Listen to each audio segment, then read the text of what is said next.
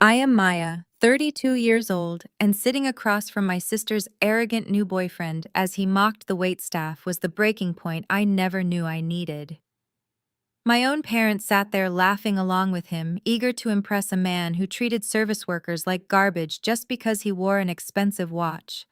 They thought I was just the quiet, struggling community consultant who could not measure up to their high society standards. They had no idea I possessed a single file that would completely wipe out his fake fortune and shatter their illusions of grandeur forever. Before I continue this story, let me know where you are watching from in the comments below. Hit like and subscribe if you have ever had to smile through disrespect while secretly holding the winning hand. I am sitting in my living room now, pouring a glass of wine and looking back at that night with absolute clarity. But let us rewind to where the end truly began. It was a Friday night at one of the most exclusive and ridiculously overpriced restaurants in Buckhead, Atlanta. Crystal chandeliers cast a warm golden glow over the crisp white tablecloths.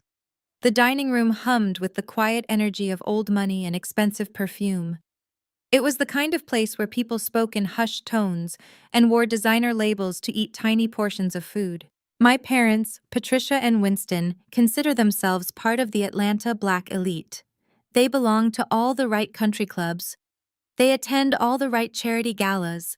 They care about absolutely nothing more than how things look to the outside world. Growing up in our massive brick estate in Alpharetta meant privilege to outsiders, but inside our home, emotional coldness permeated every corner. I was the eldest daughter, but I was never the favorite. To them, my 29-year-old sister Chloe is the ultimate trophy. She is the golden child who never lifted a single finger, but somehow gets everything handed to her on a silver platter. And tonight was Chloe's crowning achievement. She was officially introducing us to her new fiancé, Sterling. Sterling is 35 years old, white, and possesses the aggressive, unearned confidence of a finance bro who genuinely believes he owns the world. From the moment we sat down, he made sure everyone in a 5-mile radius knew exactly how important he supposedly was. I watched in quiet disgust as he snapped his fingers in the air to get the waiter's attention.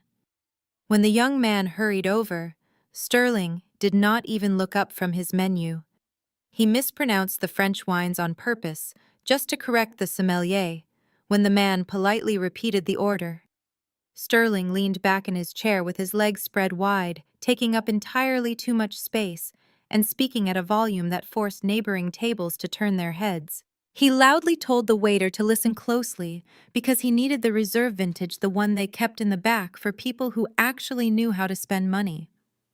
He specifically instructed the staff not to bring him anything that had been sitting out, demanding that the bottle be opened right at our table. The waiter nodded politely and walked away. I felt a massive surge of secondhand embarrassment, but when I looked at my parents, their reaction made my stomach turn. They were practically tripping over themselves to agree with every arrogant word that came out of his mouth. My father, Winston, is a man who usually demands absolute respect from everyone around him. He built a moderately successful logistics company and prides himself on commanding excellence. Yet here he was, laughing far too loudly at Sterling's terrible jokes and nodding vigorously at his rude behavior. My father chuckled, taking a sip of his water, and told Sterling that was exactly how you handle service workers. He praised Sterling for commanding the room, telling him that a man who knows what he wants gets exactly what he wants right from the start. My mother, Patricia, was even worse. She was leaning across the table, her eyes wide with manufactured admiration. She reached out to gently touch Sterling's arm, complimenting him on his luxury watch for the third time since we sat down. She asked probing questions about his investment portfolio, speaking loudly enough to make sure the people at the tables next to ours knew her future son-in-law was incredibly wealthy. My mother cooed and adjusted her pearl necklace, calling Sterling a true alpha male. She announced to the entire table that Chloe was simply blessed to have a man who takes charge of the situation. She kept repeating how refreshing it was to see someone with real ambition and drive, adding how thrilled they were to welcome him into the family. Chloe sat next to him, beaming with smug satisfaction. She spent the entire first 30 minutes of the dinner polishing her massive diamond ring with her napkin, making sure the restaurant lighting caught the facets perfectly. She looked around the room, soaking in the attention, completely oblivious to, or simply not caring about how obnoxious her fiancé was acting. She leaned her head against his shoulder, playing the part of the adoring, submissive partner perfectly. I sat across from them, quietly observing the entire performance. I kept my face perfectly neutral, sipping my sparkling water and watching my family compromise every ounce of their dignity for the sake of social proximity to wealth. They were so desperate to climb higher on the social ladder that they were willing to ignore the blatant disrespect radiating from across the table. They wanted the status, the bragging rights at their next country club mixer, the ability to say their daughter married a top-tier investment chief executive officer. The air in the restaurant felt thick with their desperation. I took a slow breath, reminding myself to stay calm. I was wearing a simple but elegant midnight blue silk dress, keeping my posture straight and my expression unbothered. I knew who I was, and I knew exactly what I had built in silence while they spent years underestimating me. I watched my mother pour another glass of wine for Sterling, her face glowing with a desperate need for his validation. I watched my father hang on his every word. I watched Sterling revel in the absolute control he had over my family. They were all playing a game of smoke and mirrors. They thought they had secured their place at the very top of the hierarchy. But the problem with smoke and mirrors is that they shatter the second someone turns on the lights. And I was the only person at that table holding the switch. Sterling paused his booming monologue and shifted his gaze directly toward me. The smug grin on his face widened as he leaned forward, crossing his arms on the pristine white tablecloth.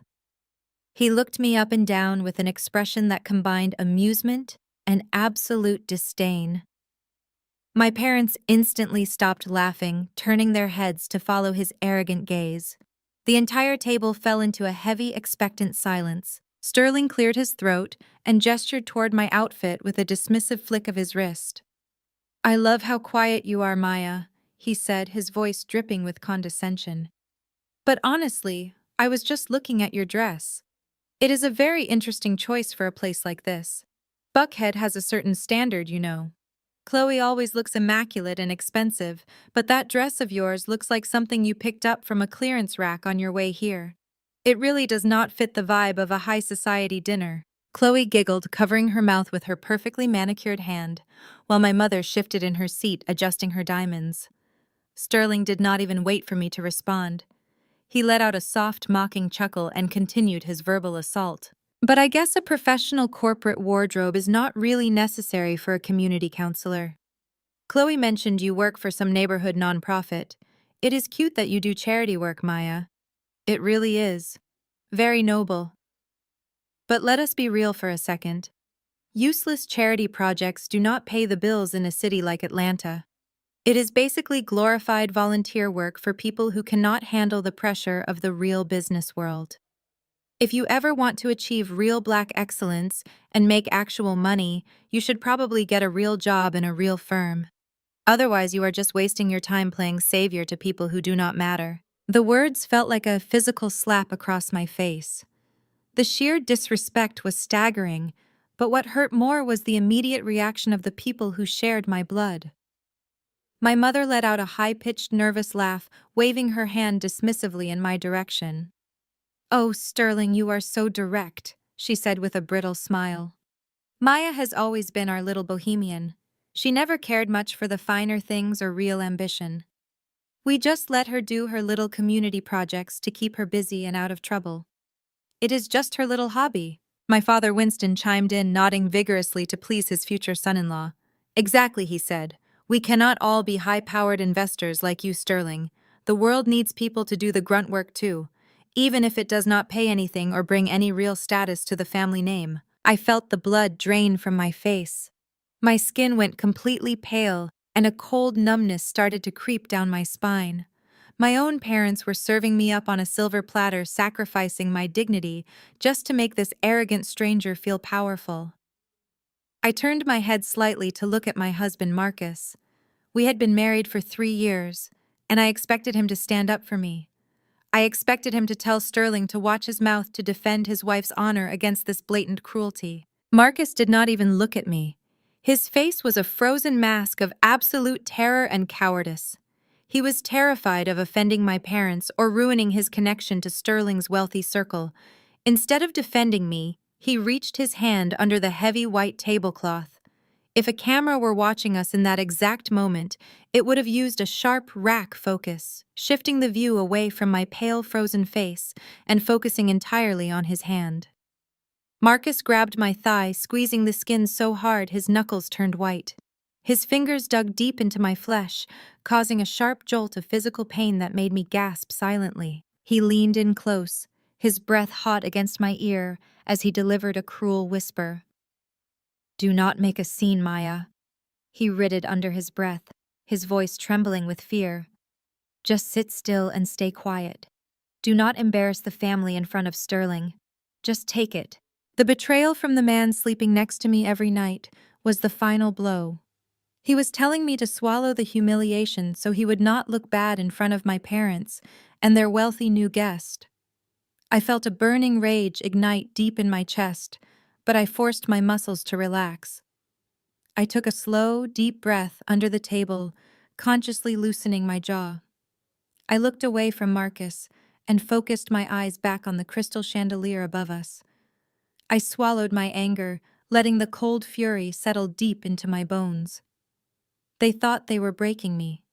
They thought their laughter and their cruelty were pushing me into a corner, but they had no idea that my silence was not submission. It was preparation. I stayed completely still, holding the winning hand, in a game they did not even know we were playing. Sterling, entirely satisfied with my silence and completely misinterpreting it as submission, decided it was the perfect time to pivot the conversation back to his favorite subject, himself. He clapped his hands together, a sharp, jarring sound that made the waiter flinch, and leaned over the table with the conspiratorial grin of a man about to reveal a masterpiece. "Anyway, enough about minor charity projects," Sterling announced, cutting off my mother, who was still trying to apologize for my existence. "Let us talk about real business. Let us talk about legacy. Have you all been keeping up with the news on the Crown project?" A collective murmur of awe swept through my family. Even Marcus perked up, his eyes widening with sycophantic eagerness. Everyone in Atlanta knew about the Crown. It was not just a piece of real estate. It was a massive, sprawling commercial and cultural hub in the heart of the city, representing a billion-dollar symbol of Black wealth, history, and excellence. The identity of the primary investor who owned the holding company had been a closely guarded industry secret for years. Sterling puffed out his chest, adjusting the cuffs of his tailored shirt. "My firm is acquiring it," he said, dropping the lie with absolute confidence. "We have been negotiating a backdoor buyout for 6 months. We are going to completely gut the place. Clear out all those legacy mom-and-pop businesses, tear down the cultural centers, and build high-end luxury condos for the right demographic. It is going to be the biggest acquisition of my career. The payout alone will secure my early retirement. I will practically own this city by the end of the quarter." My parents gasped in manufactured delight. My father raised his glass, offering a premature toast to the destruction of a community landmark, utterly blind to the fact that he was cheering on the gentrification of his own people just because the man doing it might become his son-in-law. Chloe squealed and kissed Sterling on the cheek, already calculating how many designer bags this acquisition would buy her. I did not gasp. I did not cheer. I simply offered a faint, chilling smile. Sterling was lying, or rather he was dangerously misinformed. His firm had indeed been trying to secure funding to make a hostile bid on a minority share of the surrounding properties, but they were miles away from touching the Crown itself. I knew this with absolute certainty because I was the anonymous majority shareholder of the holding company.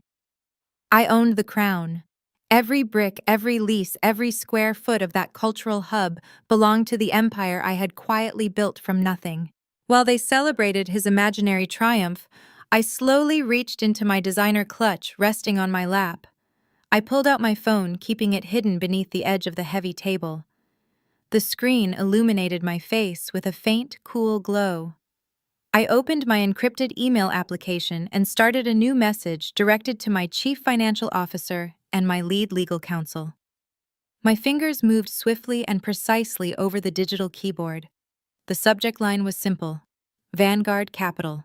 The body of the email contained only 2 sentences. Execute the kill switch on Vanguard's funding lines immediately. Blacklist Sterling Vance and his associates from all future acquisitions effective as of this exact minute. I stared at the send button for a fraction of a second.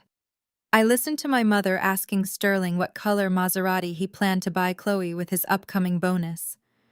I felt Marcus shift nervously next to me, desperate to be noticed by the man he thought held the keys to the kingdom.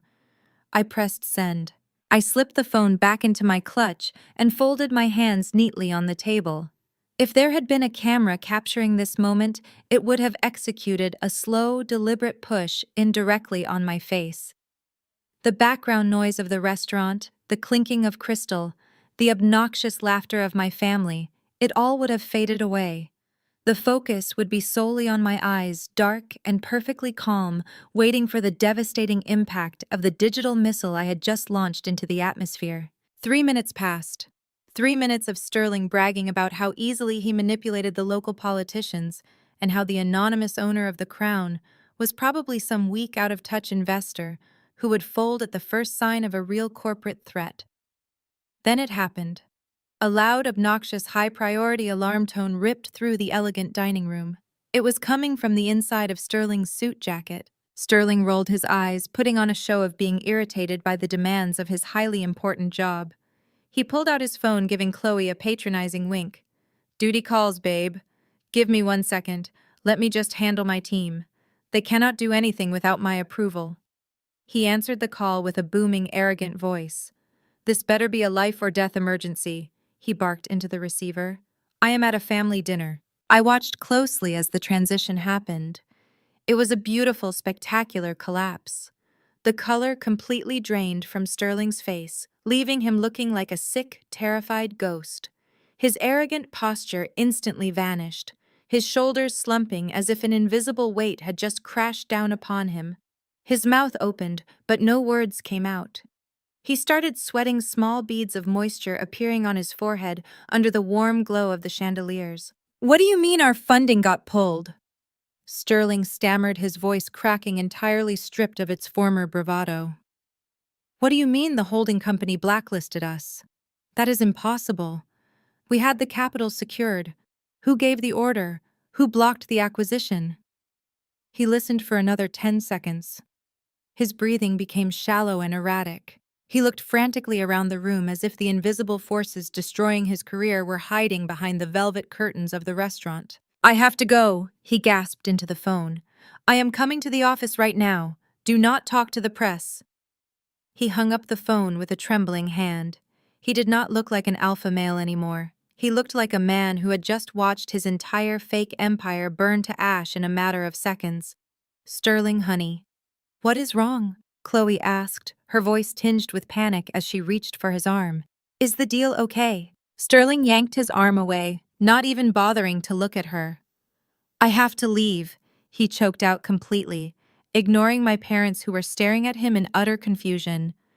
"It is an absolute disaster at the firm. I have to go right now." He stood up so fast his heavy wooden chair scraped loudly against the floor, drawing the attention of several nearby tables. He did not apologize. He did not say goodbye.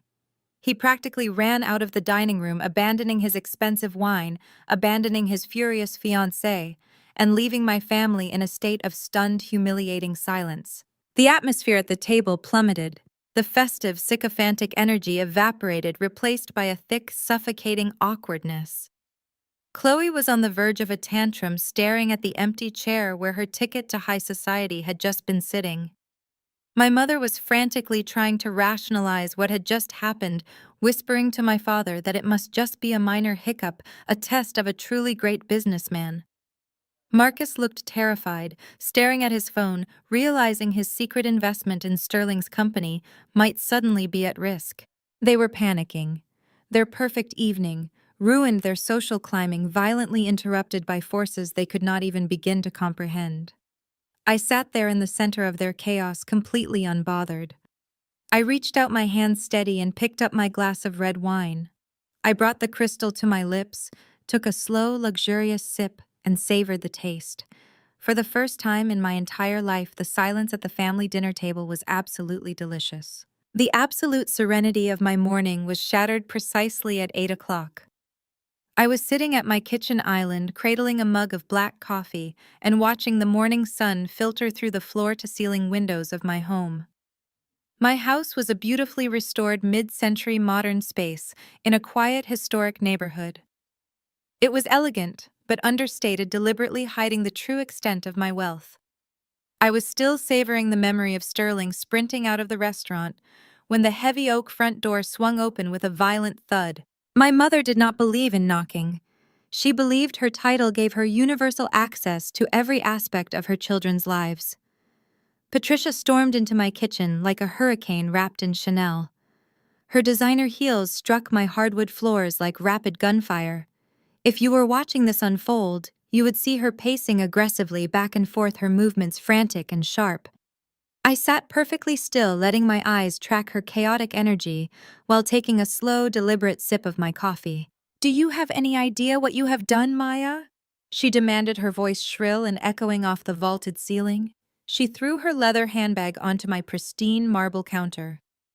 "You ruined everything last night. Your sister was in tears the entire ride home, and Sterling is dealing with an absolute catastrophe." I placed my coffee mug down, resting my hands on my lap. I did not speak. I knew from 32 years of experience that she was going to construct a narrative where I was the villain, regardless of the facts. "Your hostile energy threw him off his game," my mother continued, pointing an accusatory finger at me. "You sat there all night with that miserable expression on your face, wearing that plain dress radiating jealousy. You made the entire table uncomfortable."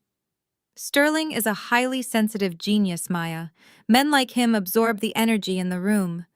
You completely jinxed his celebration, and now his investors are suddenly getting cold feet." The mental gymnastics required to blame me for a billionaire fund pulling their backing was truly astounding. She was entirely convinced that my silent refusal to laugh at his jokes had somehow triggered a multi-million-dollar financial collapse. I kept my voice perfectly level. "I did not say a single word to Sterling all night, Mom. I simply ate my dinner." "That is exactly the problem," she snapped, stopping her pacing to glare at me. "You were acting like you were above it all. You were being defiant, and it was embarrassing. But we do not have time to discuss your attitude right now. We have a crisis to manage, and for once in your life you are actually going to make yourself useful to this family." She leaned over the kitchen island, invading my personal space. The scent of her expensive perfume was suffocating. "Sterling called your father at midnight," she explained, her tone shifting from angry to conspiratorial. "He said there is a sudden pushback from the local neighborhood coalitions. Some of the city council members and grassroots organizers are suddenly demanding a review of Vanguard Capital's acquisition of the Crown. They are threatening to block the zoning permits and stall the buyout." I had to bite the inside of my cheek to stop myself from smiling. Sterling was spinning a pathetic web of lies to explain why his funding disappeared. Instead of admitting he had been blacklisted by the holding company, he was blaming local politicians and community activists. "And what exactly does that have to do with me?" I asked, tilting my head slightly. My mother rolled her eyes as if I were a slow child who needed everything spelled out. "You work with these people, Maya. These are your little charity friends. The community leaders, the organizers, the city council members who run those useless nonprofit initiatives. Sterling needs them to back off. He needs the community to endorse Vanguard Capital taking over the Crown." She slammed her hand flat on the marble counter, emphasizing her next words. "You are going to use your connections. You are going to call your people, and you are going to tell them that Sterling Vance is a friend to the community. You are going to publicly endorse his project and smooth this over. You owe this to your sister. Chloe finally has a chance to secure a man who can elevate our family name, and I will not let your stubbornness ruin her future." The sheer audacity of her demand was breathtaking. She had spent my entire life belittling my work, mocking my relationships with grassroots leaders, and calling my dedication to the community a waste of time. Now, when she thought those same connections could serve her golden child, she demanded I weaponize my reputation to help a man who had publicly humiliated me just 12 hours prior. "And what if I do not have that kind of influence, Mom?" I asked, keeping my tone mild and curious. "What if they do not listen to me?" "You will make them listen," she ordered, her voice dropping to a harsh warning. "Winston and I have sacrificed everything to give you a good life. We tolerated your refusal to join the corporate world. We tolerated your mediocre marriage." She threw a disparaging glance toward the hallway where Marcus was undoubtedly hiding. "But we will not tolerate you standing in the way of this family's progress. You will make those calls today, Maya. You will fix the mess you created with your negative energy. If Sterling loses this deal because of this community pushback, I will personally make sure you are cut off from the rest of the family for good. Do you understand me?" I looked into my mother's eyes. They were cold, calculating, and completely devoid of any maternal affection. She was fully prepared to throw me to the wolves to secure Chloe's luxury lifestyle. She thought her threat of disowning me was the ultimate weapon. She thought losing my family was my greatest fear. "I understand you perfectly, Mom," I said, my voice smooth as glass. "I will look right into Sterling's community issues today. I promise you, I will handle it exactly the way it needs to be handled." My mother let out a heavy sigh of relief, her posture relaxing slightly. She picked up her designer bag, adjusting the strap on her shoulder. "See," she muttered, turning toward the door. "That was not so hard. Sometimes you just need to put your pride aside and do what is right for the greater good. Call me when it is done." She marched out of my house, pulling the heavy oak door shut behind her with a definitive click. I remained seated at the kitchen island, listening to the sound of her car engine starting in the driveway. The silence returned to my home, but it was no longer peaceful. It was charged with electric anticipation. I picked up my coffee mug and took another sip. The bitter, dark roast tasted incredibly sweet. My mother thought she was commanding a lowly community worker to do her bidding. She had no idea she had just demanded the anonymous billionaire owner of the crown to hand over her own empire to a fraud. As I set the mug down, I heard soft, hesitant footsteps approaching from the hallway. Marcus slowly walked into the kitchen, wearing his pajamas and an expression of pure terror.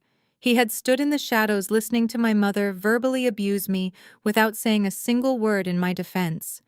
But as I looked at my husband's pale, sweating face, I realized his fear had absolutely nothing to do with my mother's temper. He looked like a man who was about to face the firing squad, and looking at him, I knew instantly that my morning of revelations was far from over. Marcus stood frozen in the center of the kitchen. He looked like a man who was about to face the firing squad, and looking at him, I knew instantly that my morning of revelations was far from over.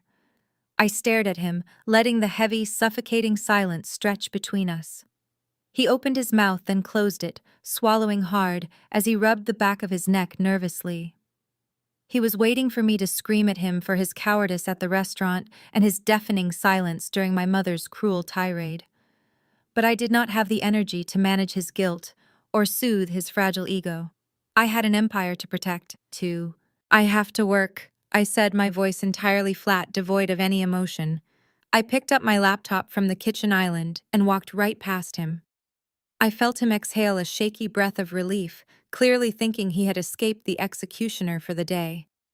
He had no idea the execution was simply being delayed. I walked into my home office and locked the door behind me. I settled into my leather chair, opening my laptop to initiate a secure transfer for my legal team. They needed operational funds to handle the immediate fallout of the Vanguard Capital blacklist protocols I had executed the night before. To keep my two lives strictly separated, I always routed specific everyday funds through a heavily monitored joint savings account I shared with Marcus. It was our supposed emergency fund. It was the money I told him came from a few high-performing community grants and careful budgeting. It was supposed to hold exactly $250,000. It was our nest egg, the foundation of the normal life we were supposed to be building together. I logged into the banking portal. The screen loaded and the dashboard appeared. I blinked, assuming there was a glitch in the server. I refreshed the page, but the numbers did not change. The available balance was not $250,000. It was barely $300. The breath caught in my throat.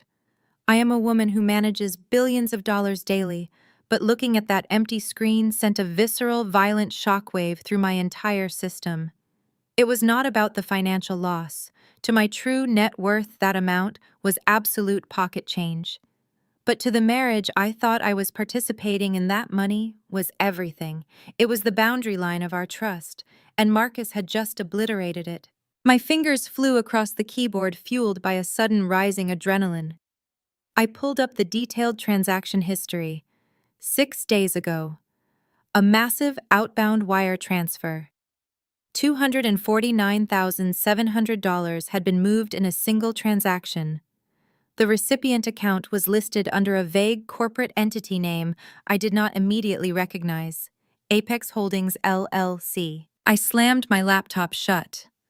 The quiet, analytical part of my brain instantly took over, completely shutting down the rising tide of marital panic. I stood up and unlocked my office door.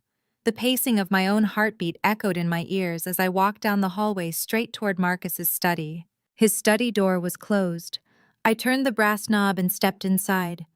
The room smelled of his cheap cologne and the stale, anxious sweat he had been carrying around for weeks. Marcus was meticulous about his paperwork, a habit drilled into him from his mid-level banking job. He kept all of his important files in a heavy, locked mahogany filing cabinet in the far corner of the room. He thought the lock was secure. He did not know I had memorized the manual override code 3 years ago when he carelessly left the manual on his desk. I crouched in front of the cabinet and punched in the 5-digit code. The heavy metal drawer clicked open with a heavy thud. I bypassed the household bills, the mortgage statements, and the tax returns.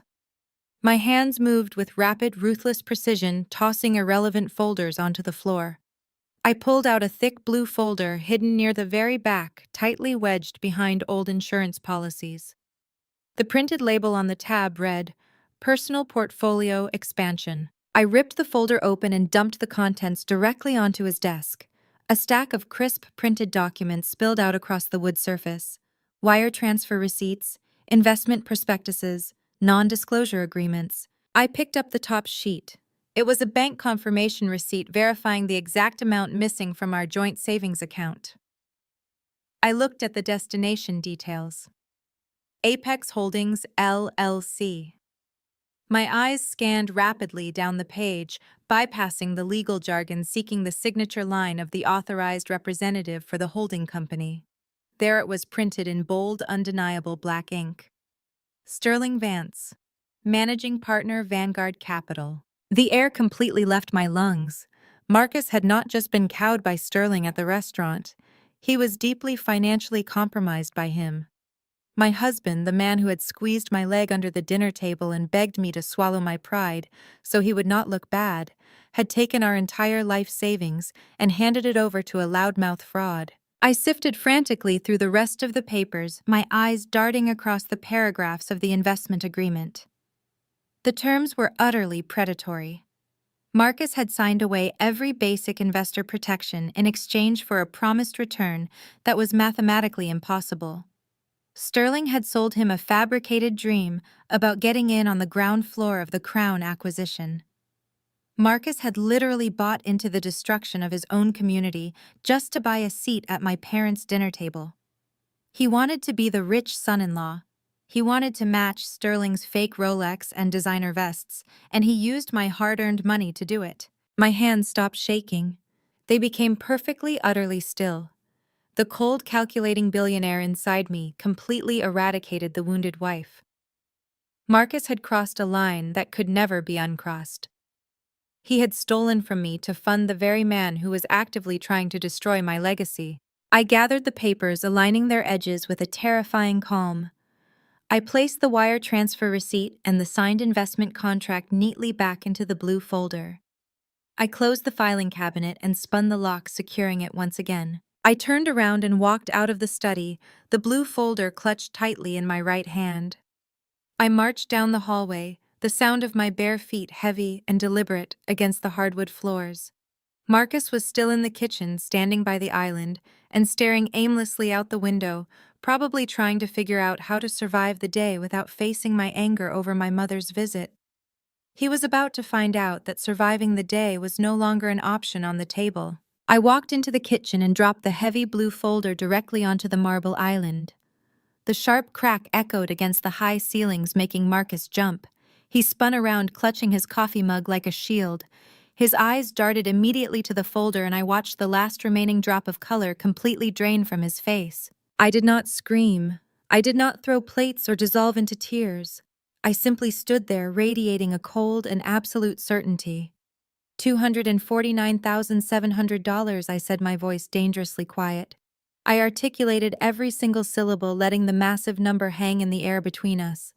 Explain it to me, Marcus. He swallowed hard, his eyes darting frantically toward the hallway as if looking for an escape route. Maya, listen to me, he stammered, setting the mug down with a trembling hand. It is not what you think. You do not understand how these high-yield investments work. I was going to tell you, but the opportunity was closing fast, and I had to move the capital immediately. I stepped closer to the island, resting my fingertips on the cool marble. I understand perfectly, I replied. I understand that you logged into our secure joint account and wired our entire life savings to Apex Holdings. I understand that you signed a completely predatory, unregulated contract with Sterling Vance. You gave $250,000 to a man who publicly humiliated your wife less than 24 hours ago while you sat there and squeezed my leg, telling me to shut up. The mention of his cowardice at the restaurant seemed to snap something inside him. His fear suddenly morphed into a defensive, explosive rage. He slammed his hand against the counter, puffing out his chest in a pathetic attempt to assert dominance. I did this for us, Maya, he shouted, his voice echoing harshly through the kitchen. I did this because someone in this marriage has to think about our actual future. Do you see the way your father looks at Sterling? Do you see the absolute respect he gives that man? I have been busting my back at that miserable bank for years, and your parents still look at me like I am the help. They look at me like a failure because I do not have a corner office or a Rolex or a portfolio to brag about at their country club. I stared at him, letting his pathetic insecurities spill out into the open. You stole my money to buy my father's approval, I asked, my tone laced with absolute disgust.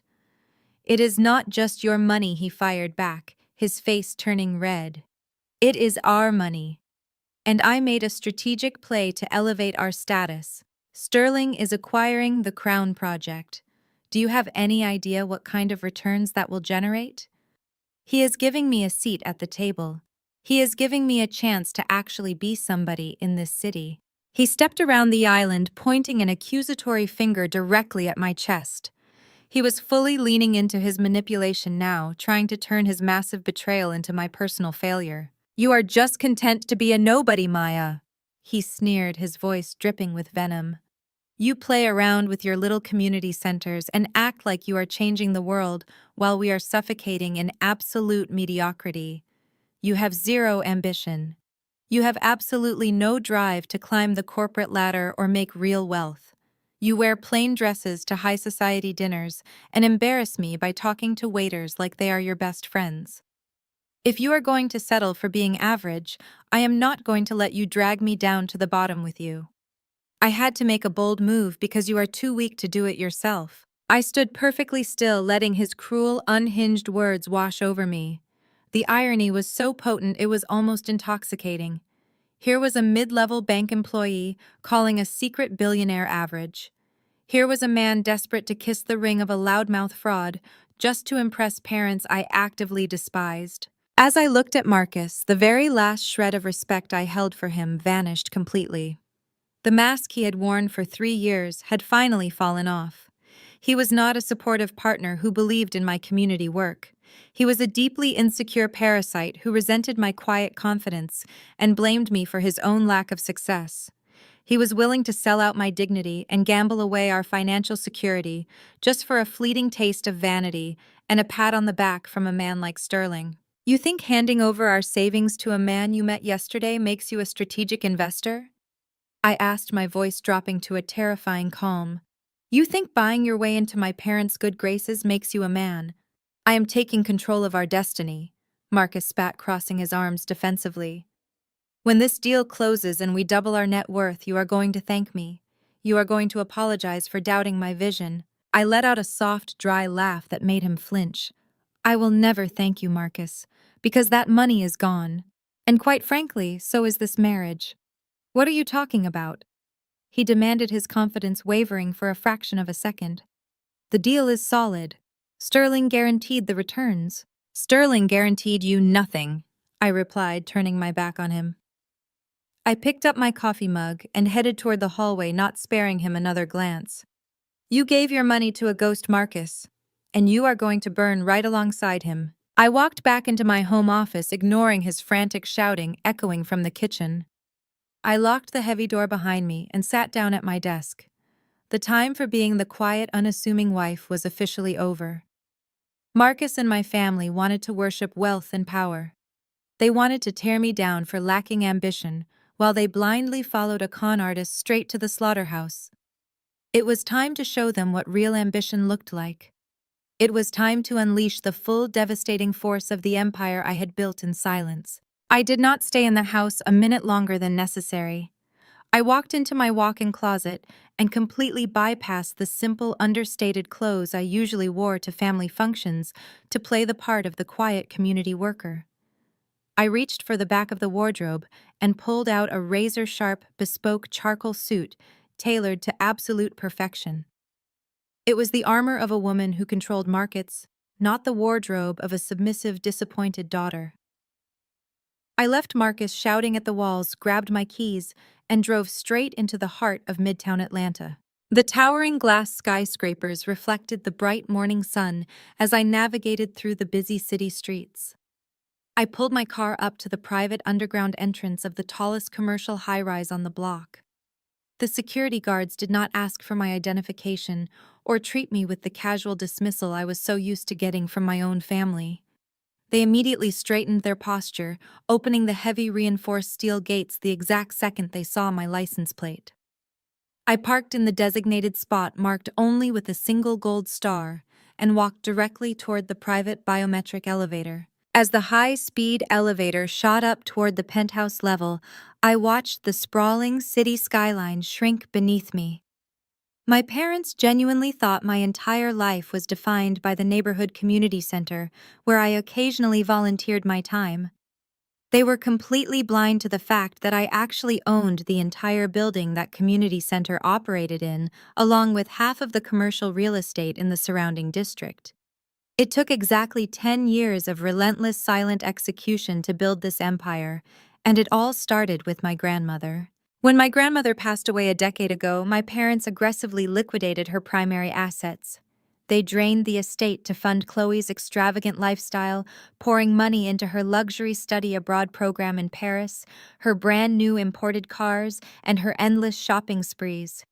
They were so blinded by their desperate need to show off their golden child to the rest of the Atlanta Black elite that they completely ignored a small, obscure life insurance policy my grandmother had left solely to me. It was $50,000. To my parents, who were obsessed with massive displays of wealth, that amount was absolute pocket change, not even worth their attention. To me, it was the seed of a dynasty. While my family was busy buying depreciating luxury goods and chasing empty social status, I took that $50,000 and quietly invested it. I targeted undervalued commercial properties in historically Black neighborhoods that were on the verge of aggressive corporate gentrification. I bought cheap, I renovated smart, and I held the line when greedy developers tried to push the local business owners out. I flipped the profits from my first few buildings into larger acquisitions, compounding my wealth quietly and exponentially through a complex labyrinth of anonymous limited liability companies. 5 years into my strategy, I set my sights on the crown.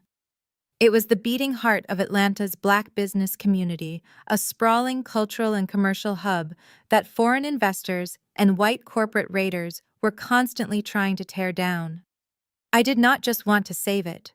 I wanted to own it so I could protect it permanently. I spent 2 solid years buying out the original stakeholders through my anonymous holding company, consolidating power quietly until I was the sole absolute majority shareholder. I was the ghost billionaire Sterling Vance, had been loudly bragging about crushing at the dinner table. The irony was almost poetic.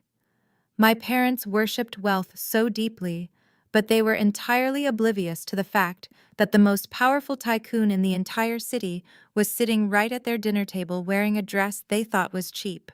The elevator doors chimed softly and slid open, revealing the top floor of the skyscraper. The penthouse level was a fortress of sleek black marble floor to ceiling glass and silent humming efficiency. This was the nerve center of my holding company. There were no flashy logos on the walls. Real power does not need to advertise itself with neon signs. As I stepped out onto the polished floor, the atmosphere immediately shifted. The heavy, suffocating disrespect I experienced in my parents' dining room simply did not exist here. In this building, I was absolute law. My executive assistant, David, was already walking toward me, matching my rapid pace down the wide corridor. He handed me a freshly printed secure dossier without missing a beat, perfectly anticipating my arrival.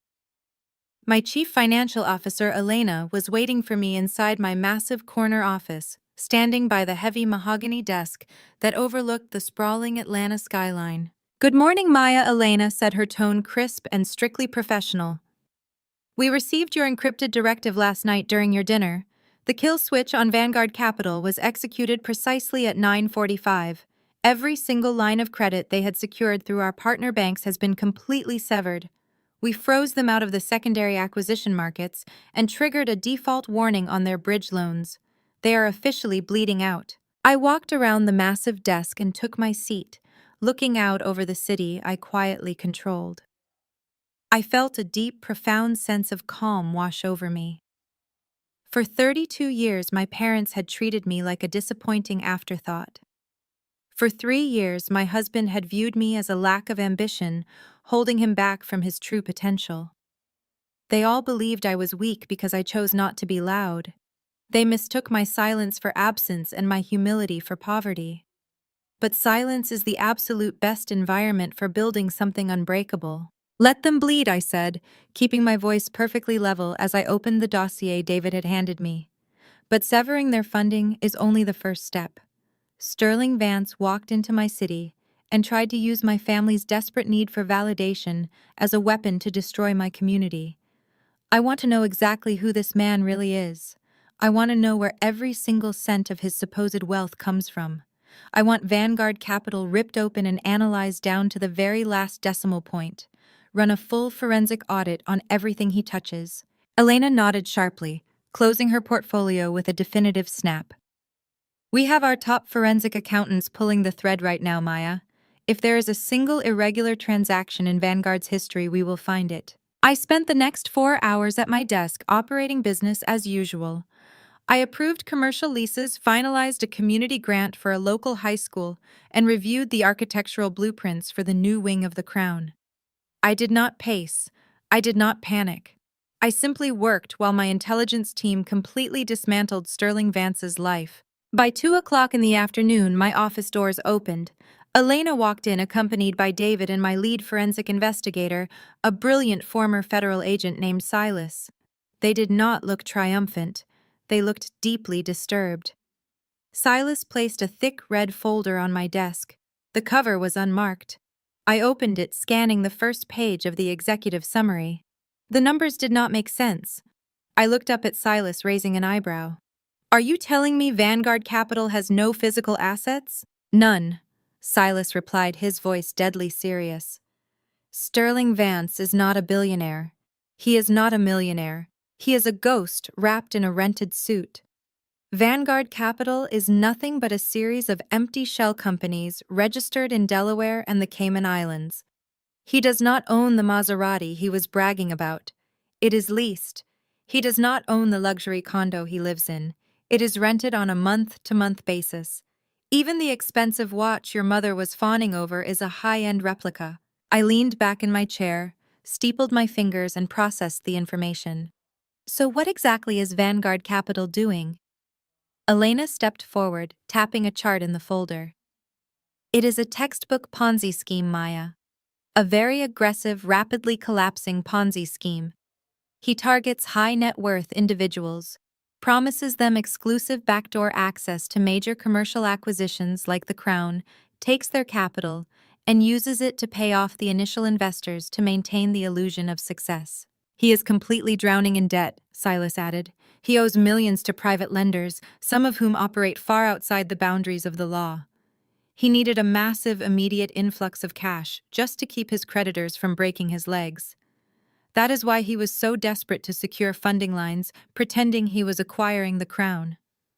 When you killed his credit access last night, you effectively signed his death warrant in the financial underworld. A cold, sharp realization struck me. I looked at the list of recent wire transfers Silas had highlighted. I saw the $250,000 Marcus had stolen from me sitting right at the top of the list. But as I scanned down the page, my blood turned to ice. Marcus was not the only familiar name on that list. There were dozens of names, prominent names. I saw the names of my parents' friends. I saw the names of doctors, lawyers, and politicians who attended our church. I saw the board members of the country club my parents practically worshipped. He is not just scamming random investors, I said, my voice hardening as the full sickening scope of his plan came into focus. He is targeting Atlanta's black elite. Elena nodded grimly. He is using your family as a Trojan horse. Patricia and Winston are highly respected in the affluent black community. They have decades of built-up social capital and trust. Sterling needed to infiltrate that specific demographic because they are a tight-knit, wealthy network that usually invests internally. As a white outsider with a fake portfolio, he could never get through the door on his own. He needed a key, I murmured, staring at the list of victims, and my parents handed it to him on a silver platter. Exactly, Silas confirmed. He targeted Chloe specifically. He knew she was the golden child of a prominent family, obsessed with status, but completely financially illiterate. By proposing to her, he instantly gained the ultimate cosign. Your parents are so desperate to show off a wealthy white son-in-law as a status symbol that they are unknowingly serving up their entire social circle to a predator. They are hosting exclusive investment dinners for him. They are personally introducing him to their friends, vouching for his character, and encouraging people to invest their life savings into Vanguard Capital. I closed the red folder, the reality of the situation settling heavily over my shoulders. My parents' obsession with proximity to whiteness and perceived elite status had blinded them completely. They were so busy looking down on me for working with the community that they did not realize they were actively helping a con artist rob their community blind. Marcus was just a small piece of the puzzle.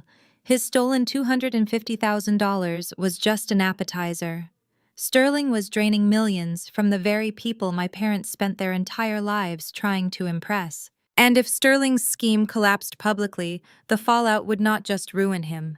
It would completely obliterate my parents' reputation. They would be known as the fools who brought a parasite into the inner circle. The social standing they valued more than their own daughter would be turned to ash. They would be excommunicated from the elite society they sacrificed everything to join. "What are your orders?" Elena asked, interrupting my thoughts.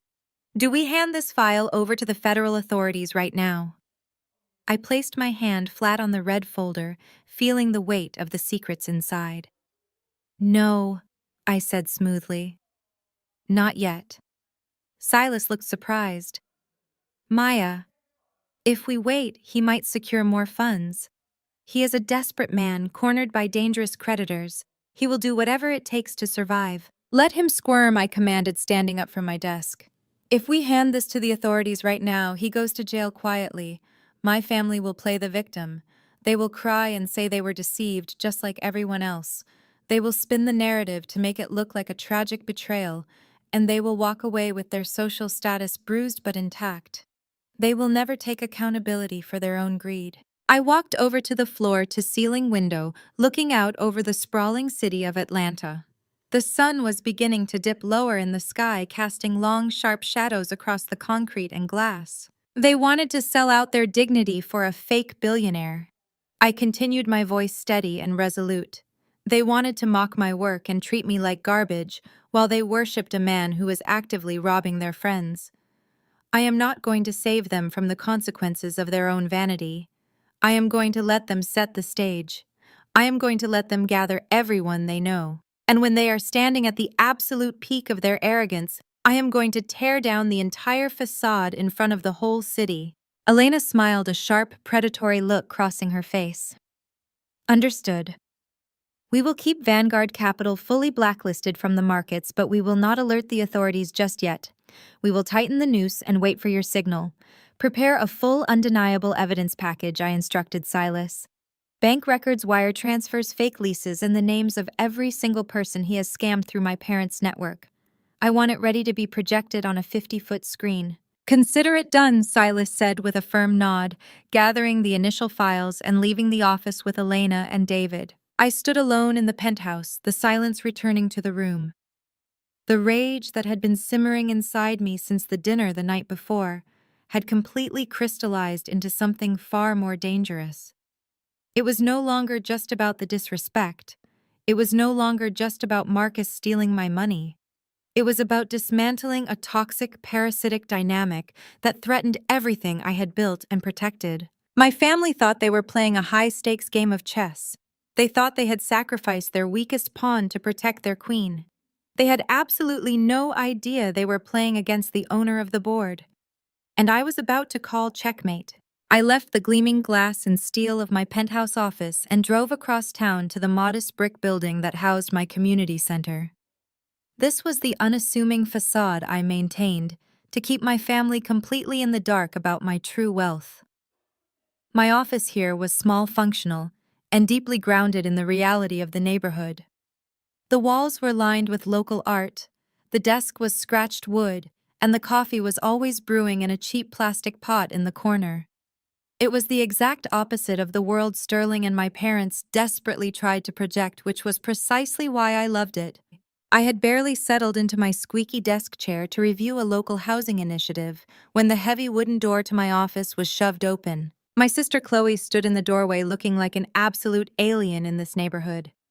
She was wearing a pristine white designer pantsuit, towering Christian Louboutin heels, and oversized sunglasses that covered half her face. She wrinkled her nose as she stepped inside, looking around my humble office as if she had just stepped into a biohazard zone. She did not bother to knock or say hello. She just stood there, radiating the toxic, unearned entitlement our parents had been feeding her for 29 years. It smells like cheap bleach and desperation in here, Chloe announced, removing her sunglasses and dropping them onto my desk. I do not understand how you spend your life in this dump, Maya. It is actually depressing. I leaned back in my chair, keeping my face a perfectly blank canvas. What do you want, Chloe? I am working. Oh, please do not act like what you do here actually matters, she scoffed, flipping her perfectly styled hair over her shoulder. She walked over to the single guest chair, inspected it for dust, and decided to remain standing. I am here because Mom and Dad asked me to come. But honestly, I also wanted to check on you after Sterling completely read you for filth at the restaurant last night. You look so pathetic sitting there. I almost felt bad for you. She did not feel bad for me. She was gloating. She held up her left hand, spreading her fingers wide and shoving her hand directly into my line of sight. But you know Sterling is just an alpha male, she continued, her voice dripping with smug satisfaction. He expects excellence, and he certainly provides it. Look what he had couriered to the house this morning as an apology for having to leave dinner early. A massive, ostentatious diamond ring caught the harsh fluorescent light of my office. It was absurdly large, a flawless emerald-cut stone surrounded by a halo of smaller diamonds. It was the kind of ring a woman wears when she wants to ensure every single person in the room knows exactly how much money her partner makes. 10 carats, Chloe bragged, twisting her hand so the light hit every angle. Custom design. He wired the jeweler $250,000 in cash this morning to rush the delivery. He is just so successful, Maya. It is honestly overwhelming to be loved by a man with this much power. My heart completely stopped in my chest. $250,000.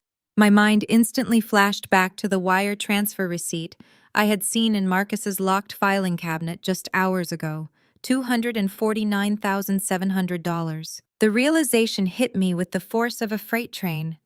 The sick, twisted, devastating reality of Sterling's Ponzi scheme materialized right in front of my eyes. Sterling did not use his own money to buy that ring. Sterling did not have any money. He used the cash my cowardly husband had stolen from our joint savings account to buy my sister's engagement ring. The very money I had earned was literally sitting on Chloe's fingers, sparkling in the dingy light of my community office. Marcus had robbed his own wife to fund the illusion of a man who was actively scamming our entire family. I stared at the diamond, feeling a dark, icy rage solidify in my veins. The sheer audacity of the loop was almost brilliant if it had not been so deeply pathetic. "It is a very revealing piece of jewelry," I said, my voice dangerously soft. "It tells a fascinating story." Chloe rolled her eyes, completely missing the double meaning of my words. "You are just jealous, Maya. You have always been jealous of me. Look at your life. Look at your husband. Marcus is a sweet guy, but he is a nobody. He sat there last night terrified to even speak while my fiancé commanded the entire room. You settled for a mediocre man and a mediocre life. I did not." She reached into her pristine white leather handbag and pulled out a thick manila envelope, throwing it down onto my scratched wooden desk. The heavy thud broke the silence in the room. "Anyway, I am not here to give you marriage counseling," Chloe said, crossing her arms. "Mom and Dad sent me with this. You need to sign it today." I looked down at the envelope but did not touch it. "What is this?" "It is a quitclaim deed," Chloe said with a bored sigh, as if she were explaining basic math to a toddler. "It is for grandmother's historic house on Auburn Avenue." The air in the room grew heavy. When our grandmother died, she had specifically left her beautiful, sprawling, historic Victorian home in a dual trust requiring both my signature and Chloe's signature to sell or leverage the property. It was a piece of foundational generational wealth. It was the one asset my parents had not been able to liquidate to fund Chloe's lavish lifestyle because I had absolutely refused to sign over my rights. I wanted to preserve it. "Why would I sign a quitclaim deed for grandmother's house?" I asked, my tone dropping to a sharp, cold edge. "Because Sterling and I need it," Chloe demanded, her voice rising with entitlement. "Sterling's funds are temporarily tied up right now. The Securities and Exchange Commission is running a massive audit on Vanguard Capital because of the huge acquisition of the Crown Project. It is standard procedure for billionaires, Maya. You would not understand. But because his liquid cash is frozen for the next few weeks, we need tangible real estate assets to leverage for the wedding deposits and my dowry." I stared at her, letting the absolute absurdity of her demand wash over me. She was asking me to sign away my half of our family's historic legacy to fund a wedding to a white con artist because his fake money was allegedly frozen. My parents were willing to hand over decades of Black generational wealth to a criminal just to maintain the illusion of high society status. Mom and Dad already signed off as the trust executors. Chloe continued, tapping her manicured fingernail against the envelope. "They said you need to stop being selfish and do what is right for the family. You clearly do not need a historic estate for your little charity life. I need it. I am marrying into elite society.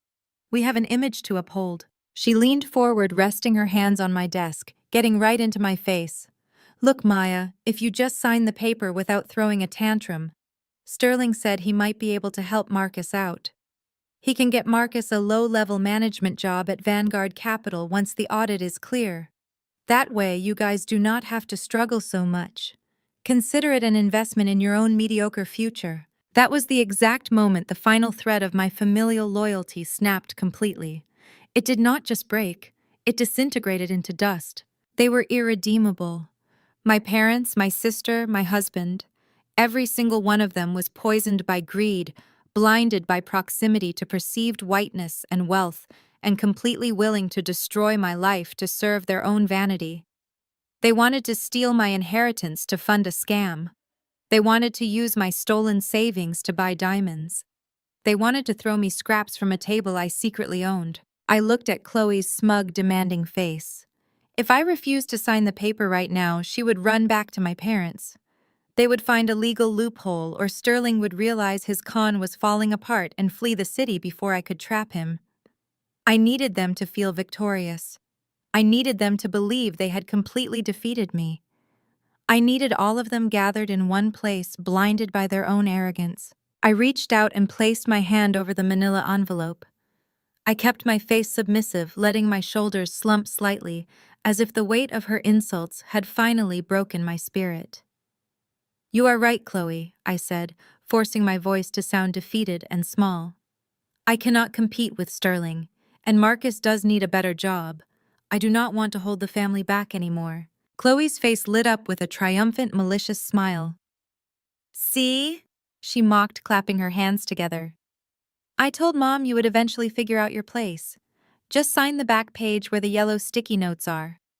"No," I said, pulling the envelope slightly toward me. "Not here in this office. Grandmother's house was a major part of our family history. If I am going to sign away my rights to it, I want to do it properly." Chloe frowned, her impatience flaring. "What does that mean?" "It means I will sign it at a formal family dinner," I replied, keeping my tone perfectly compliant.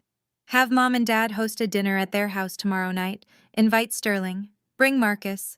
We can make it a formal celebration of your engagement and the transfer of the property. I will hand the signed deed directly to Sterling in front of everyone. It is the respectful way to do things." Chloe studied my face, searching for any sign of defiance. Finding none, her ego completely took over. She loved the idea of me publicly surrendering my inheritance to her rich fiancé in front of our parents. It was the ultimate display of dominance. "Fine," Chloe agreed, snatching her designer sunglasses off my desk. "Tomorrow night at 8 o'clock.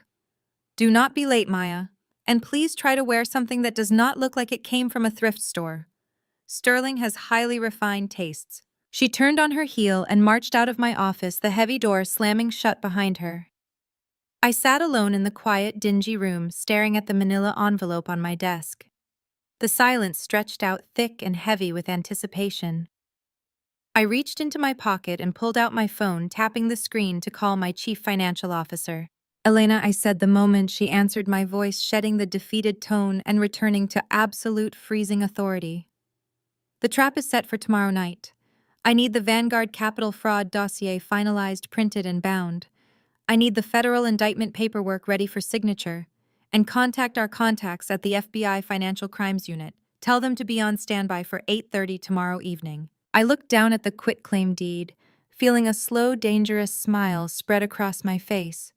They wanted to take my house. They wanted to take my money. Tomorrow night I was going to take their entire world. The heavy mahogany doors of my parents' Alpharetta estate swung open right at 8 o'clock. The scent of roasted rosemary and expensive wine immediately hit me, mingling with the stifling air of manufactured perfection. I walked into the grand foyer, wearing a simple black dress, carrying myself with the exact defeated posture they all expected to see. I kept my eyes lowered, playing the part of the broken, obedient daughter who had finally been forced into submission. I was led into the formal dining room, and the guest list instantly revealed the sheer depth of my parents' desperation. They had pulled out absolutely every stop to ensure I could not back out. Sitting at the long, polished dining table alongside Chloe Sterling and my husband Marcus was Reverend Thomas and his wife, Sister Martha. They were the head figures of the prominent megachurch my parents attended, representing the ultimate moral authority in their social circle. My parents had literally brought the church into their dining room to corner me with religious guilt. My mother, Patricia, rushed over the moment I entered. She pulled me into a tight, entirely fake hug, her manicured nails digging sharply into my back.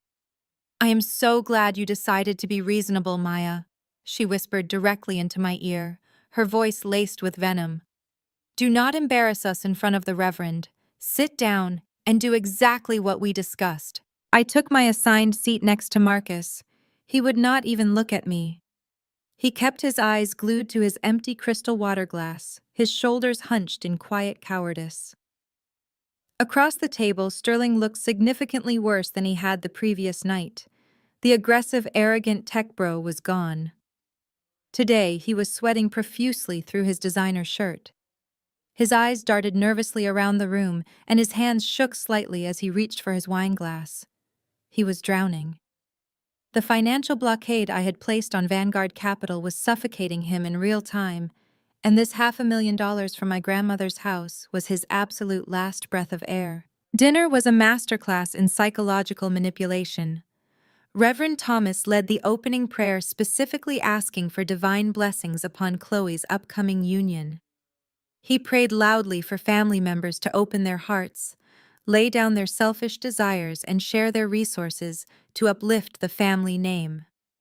It was absolutely sickening. My parents had clearly promised the church a massive financial donation from Sterling's fake fortune just to get the Reverend to sit here and manipulate me. Once the main course of lamb and asparagus was cleared away, the real performance began. My father Winston stood up at the head of the table and tapped his crystal glass with a silver spoon. "We are gathered here tonight to celebrate family and the future." Winston began, his booming voice echoing off the high ceilings. "Sterling is bringing our family to the next level of elite society. But as we all know in the corporate world, great business ventures sometimes require a collective, unified family effort." Sterling took his cue. He stood up, forcing a wide, arrogant smile that did not quite reach his terrified eyes. "Thank you, Winston," Sterling said, clearing his throat. "As Chloe mentioned to you yesterday, Maya, my firm Vanguard Capital, is currently undergoing a massive standard regulatory audit by the Securities and Exchange Commission. This is entirely because of the sheer unprecedented size of the Crown acquisition. It is completely routine for deals of this magnitude. However, it means my liquid assets are temporarily frozen for the next 30 days. He leaned forward, placing his hands flat on the table to stop them from shaking. "To secure the deposits for our destination wedding venue, and to finalize a few minor vendor contracts, we simply need a temporary bridge loan. $500,000 is absolute pocket change in the grand scheme of things, but the banks need tangible collateral right now." Chloe chimed in, glaring at me across the table with pure entitlement. "And since grandmother's historic house on Auburn Avenue is just sitting there doing absolutely nothing, it is the perfect collateral." "You do not even live there, Maya. It is just an old dusty house. It is the least you can do to support my wedding." I looked at the thick manila envelope resting in the center of the dining table. The quitclaim deed. They wanted me to hand over 70 years of Black history, a house my grandparents had scrubbed floors and bled to buy in the 1950s, a symbol of true resilience. And they wanted to pawn it off to a white con artist who was literally sweating through his suit because his Ponzi scheme was collapsing. My mother leaned forward, placing her hand over mine in a sickening display of fake maternal warmth. "Maya, Reverend Thomas and I were just talking earlier about the importance of sisterly love and sacrifice. This is your chance to finally support your sister and be a real part of this family's elevation. If you sign this deed tonight, we can leverage the property tomorrow morning. Sterling will pay off the mortgage the exact second his funds unfreeze next month. It is perfectly safe." Reverend Thomas nodded solemnly, folding his hands over his Bible. "The Lord tests us, Maya." The Reverend preached, his deep voice filling the room. "He asks us to lay down our stubborn pride to uplift our family. A house is just wood and stone, but your sister's future, her holy marriage, that is a sacred covenant. Do not let your worldly selfishness stand in the way of your family's generational blessing." I looked at this man of God, realizing the absolute moral bankruptcy of everyone sitting at this table. They were using scripture, parental authority, and sisterly obligation to orchestrate a daylight robbery. I turned my head slowly to look at Marcus. My husband. The man who had already stolen $250,000 from me and handed it to the sweating fraud sitting across from us. "What do you think, Marcus?" I asked, my voice soft and unassuming, playing the role of the hesitant wife perfectly. "Do you think I should sign away my inheritance to Sterling?" Marcus swallowed hard. His eyes flickered towards Sterling with desperate, pathetic obedience. "Yes, Maya," he said, his voice weak and trembling. "You need to be a team player for once in your life. Sterling is going to put me on his executive board when the audit clears. We are all going to be rich. Just sign the paper and stop holding us back from the future we deserve." I stared at the quitclaim deed. My family thought they had cornered me. They thought the combined weight of the church, my parents, and my husband would force me to surrender. I reached out and slowly pulled the manila envelope toward me. I opened the flap and slid the thick stack of legal papers out onto the polished mahogany table. My mother exhaled a sharp, loud breath of relief, her shoulders dropping. Chloe smirked, crossing her arms in absolute triumph, already imagining the designer dresses she would buy. Sterling literally wiped his forehead with a white cloth napkin, letting out a shaky breath, clearly believing he had just secured his emergency escape fund to hold off his violent creditors. They all smiled, completely blind to the reality of the situation. I looked down at the papers, my face a mask of defeat while my heart beat with cold, ruthless precision. I had them exactly where I wanted them. I let my shoulders slump forward, collapsing the perfect rigid posture I had maintained since I walked through the heavy mahogany doors. I stared down at the stark black ink on the quitclaim deed, forcing my breathing to become shallow and ragged. I blinked rapidly, summoning the tears I had spent a lifetime learning exactly how to suppress. A single perfectly timed tear spilled over my lower lash line and tracked slowly down my cheek, catching the warm light of the crystal chandelier above us. It was an absolute masterclass in deception. I let out a trembling sigh and reached for a linen napkin to dab at my eyes. "You are right," I whispered, keeping my voice incredibly fragile and completely broken. "All of you are right." I looked up at my mother, letting my eyes swim with manufactured sorrow. I have been holding on to this house because it was the only piece of grandmother I had left. It was my only connection to a time when I felt like I actually belonged in this family. But I see now that holding on to the past is just destroying our future. I should not stand in the way of Chloe's happiness. I should not be so selfish. The collective sigh of relief around the dining table was practically a gale-force wind. The heavy, suffocating tension instantly evaporated, replaced by an overwhelming wave of arrogant satisfaction. My mother's rigid, defensive posture melted into a stance of triumphant, patronizing grace. She reached across the mahogany table and patted my hand, her heavy diamond rings pressing cold against my skin. "Oh, Maya!" Patricia cooed, her voice dripping with fake maternal sympathy and victorious condescension. "That is the maturity we have been waiting to see." Grandmother would want Chloe to have a beautiful wedding and a strong start to her marriage. "You are finally putting the family name first. I knew you would eventually understand your place in all of this." My father, Winston, leaned back in his leather chair and nodded with deep patriarchal approval. "This is what real legacy looks like," Winston announced, raising his wineglass slightly. "Sometimes the older sibling has to make sacrifices to elevate the younger one. It is the natural order of things. You are doing the right thing, Maya. You are finally making me proud." Chloe could not even bother to hide her malicious glee. She leaned back in her chair, twirling the stem of her wineglass, radiating absolute unfiltered arrogance. She looked at me not with gratitude, but with the victorious smirk of a high school bully who had just stolen her rival's lunch money. "I knew you would eventually come to your senses," Chloe sneered softly, admiring the massive fraudulent diamond ring on her finger. "It is just a dusty old house, Maya. Sterling and I will put the money to much better use. We have an image to uphold now. But do not worry, we will make sure to toast to your little sacrifice at the reception in Italy. Maybe we will even fly you out in economy class so you can watch us celebrate." Across the table, Sterling wiped the last bead of sweat from his forehead with his cloth napkin. The terrifying realization that his Ponzi scheme was collapsing had vanished instantly, replaced by his usual obnoxious tech bro bravado. He genuinely thought his financial lifeline was secured. He thought he had successfully bullied a weak community center worker into handing over $500,000 of prime real estate. He clapped Marcus hard on the shoulder, letting out a booming, arrogant laugh. "See? I told you she would play ball," Sterling boasted, shooting me a condescending wink. "This is how real families do business in the corporate world. You take care of me, and I take care of you. Once this audit clears, I am going to make sure your husband is rewarded for your cooperation, Maya. We will get him out of that dead-end bank job in no time." Marcus let out a heavy breath he had probably been holding since we sat down.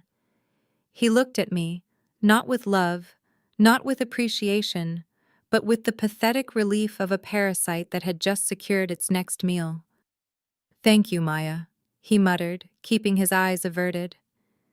He was completely oblivious to the fact that he was cheering on his own impending doom. He had sold out his wife for a fake promise from a fake billionaire, and he was too foolish to realize he was standing on a trapdoor. Reverend Thomas, playing his part perfectly, raised his hands toward the beautifully painted ceiling. "Praise be," the Reverend boomed his deep voice, resonating with sanctimonious authority. "The Lord softens even the hardest of hearts." This is a beautiful testament to the power of sisterly devotion and Christian sacrifice. The Church will surely celebrate your generous spirit, Maya. If a cinematic camera were tracking this exact moment, it would slowly push in past the smiling, greedy faces of my family. It would glide past the Reverend's raised hands, past Sterling's smug grin, past my mother's victorious posture, and frame a tight extreme close-up of my eyes. Behind the shimmering curtain of fake tears, my eyes were pitch black, terrifyingly sharp, and utterly devoid of mercy. I was not a defeated daughter. I was not a broken wife yielding to pressure. I was the apex predator in the room, quietly watching the sheep happily lock themselves inside the slaughterhouse. They thought my tears were a sign of surrender. They had no idea they were looking at the lethal, calculated focus of a woman who was about to systematically destroy their entire world. I picked up the heavy, gold-plated pen resting beside the documents. I made my hand tremble slightly, a deliberate theatrical touch to completely sell the illusion of my broken spirit.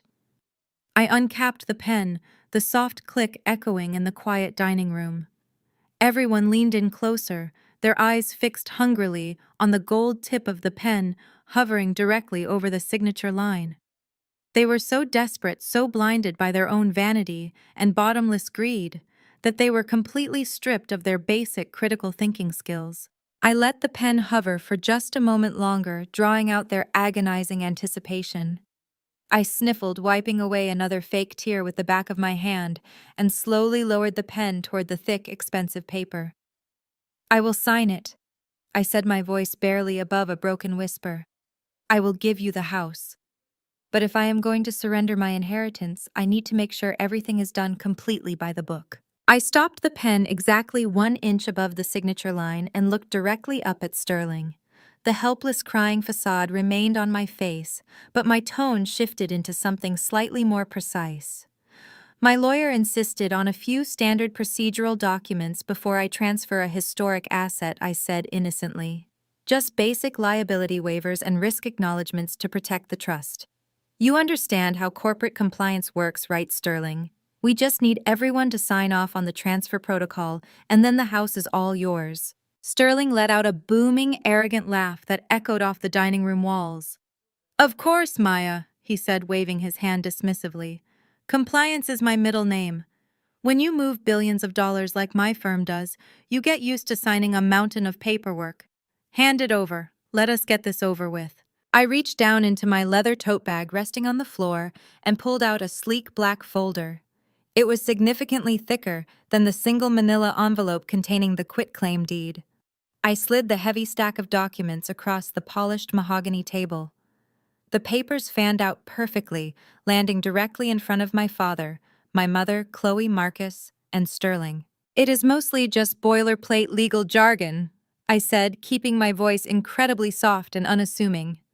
"The trust administrators just needed a standard liability waiver. Because Vanguard Capital is technically undergoing a federal audit, the trust requires personal guarantors to underwrite the transfer. It basically just says that you all personally vouch for Sterling's financial integrity and that you are willing to back the collateral transfer with your own assets if Vanguard somehow fails to deliver." I watched their faces carefully. Anyone with a basic understanding of financial law or even a shred of common sense would have immediately called their attorney. They would have demanded a full review of the terms before signing away anything. But my family was not operating on common sense. They were operating on pure, unadulterated greed and a desperate need to impress the man sitting across from them. My father, Winston, let out an irritated sigh and reached into his breast pocket for his reading glasses. "Maya, this is entirely unnecessary," he grumbled, flipping carelessly through the first few pages without actually reading a single sentence. "We do not need to sit here and scrutinize standard boilerplate agreements. We all know Sterling is good for it. He is practically family now. I completely agree, my mother chimed in, glaring at me as if my request for basic legal documentation was a personal insult. You are just trying to stall Maya. You are trying to make this difficult because you are bitter. If you want to support your sister, you do not throw a stack of red tape in her face. I am not stalling, Mom, I said, looking down at my hands to maintain the illusion of submission. But the trust administrators were very clear. If the personal guarantee documents are not signed tonight by all parties benefiting from the transfer, the house stays in the trust. The funds will not be released for the wedding. That was the magic phrase.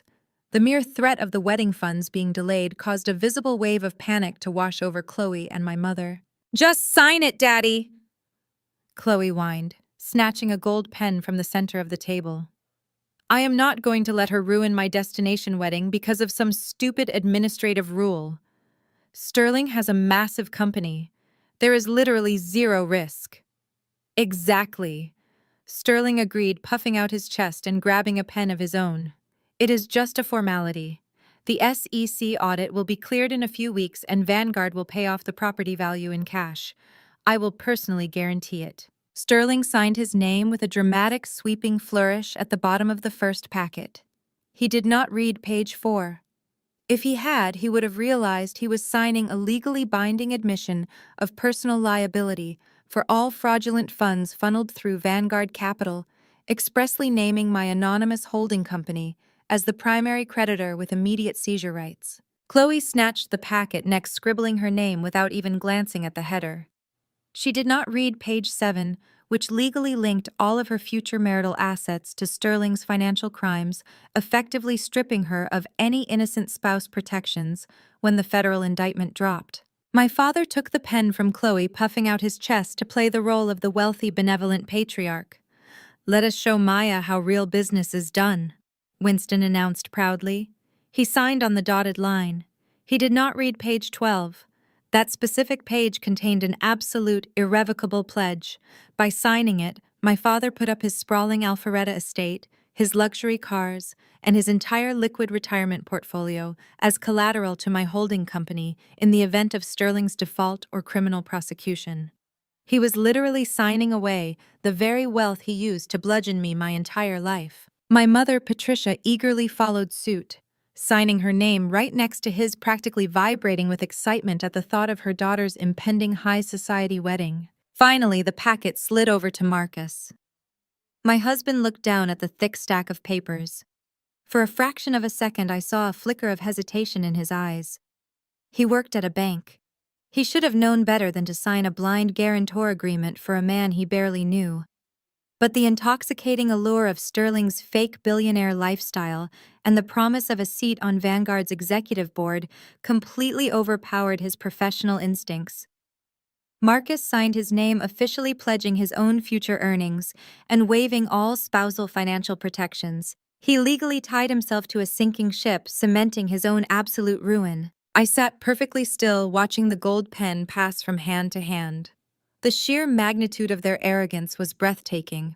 Not a single one of them asked a question. Not a single one of them requested 24 hours to let a lawyer review the terms. They were so blinded by their own vanity, so eager to tear me down and elevate themselves, that they happily marched straight into the financial slaughterhouse I had custom built for them. There, my father said, sliding the heavy stack of fully signed documents back across the mahogany table toward me. He leaned back in his leather chair with a smug, self-satisfied grin. All signed. The family has officially backed Vanguard Capital. Now stop playing games, Maya. Sign the deed. I reached out and placed my hand firmly over the stack of guarantor agreements, securing the legal destruction of every person sitting at the table. My heart beat with a slow, powerful rhythm. The trap was locked. The steel jaws had clamped completely shut around them. I picked up my pen. I looked at the quitclaim deed for grandmother's historic house. I knew perfectly well that handing this house over to Sterling meant absolutely nothing now. By tomorrow night, Vanguard Capital would be seized by federal agents. The property would be immediately frozen, and my holding company, armed with the guarantor contracts they just signed, would sweep in and reclaim it along with everything else my parents and Marcus owned. I kept my face, utterly defeated. I let out one final shaky sigh for the audience. Then I pressed the pen to the paper and signed my name on the quitclaim deed. "It is done," I whispered, sliding the deed across the table to Sterling. The dining room erupted in a chorus of relieved, triumphant laughter. My mother clapped her hands together in pure joy. Chloe squealed and leaned over to kiss Sterling on the cheek. My father signaled the waiter to bring out the expensive champagne to celebrate. They were drowning in their own victory. I quietly gathered the black folder containing their signed death warrants, slipping it safely into my leather bag. I sat back and watched them celebrate, a cold, invisible smile forming deep in my chest. They had absolutely no idea that this was their final meal at the top of the food chain. The sound of crystal glasses clinking in a triumphant toast echoed behind me as I pushed my chair back from the dining table. I had played my part perfectly, and there was absolutely no reason for me to stay and watch them gorge themselves on a victory that did not actually exist. I stood up, smoothing the front of my black dress, and quietly excused myself from the room. My mother did not even look up from her champagne. Chloe was too busy taking a selfie with Sterling and the fraudulent quitclaim deed to notice my departure. I walked out into the grand, dimly lit foyer of my parents' estate, the thick Persian rugs muffling my footsteps. I reached for the heavy brass handle of the front door, eager to breathe in the crisp night air and leave this toxic environment behind. "Maya, wait." The voice was sharp-laced with a sudden, unearned authority. I paused, keeping my hand on the brass door handle, and turned around.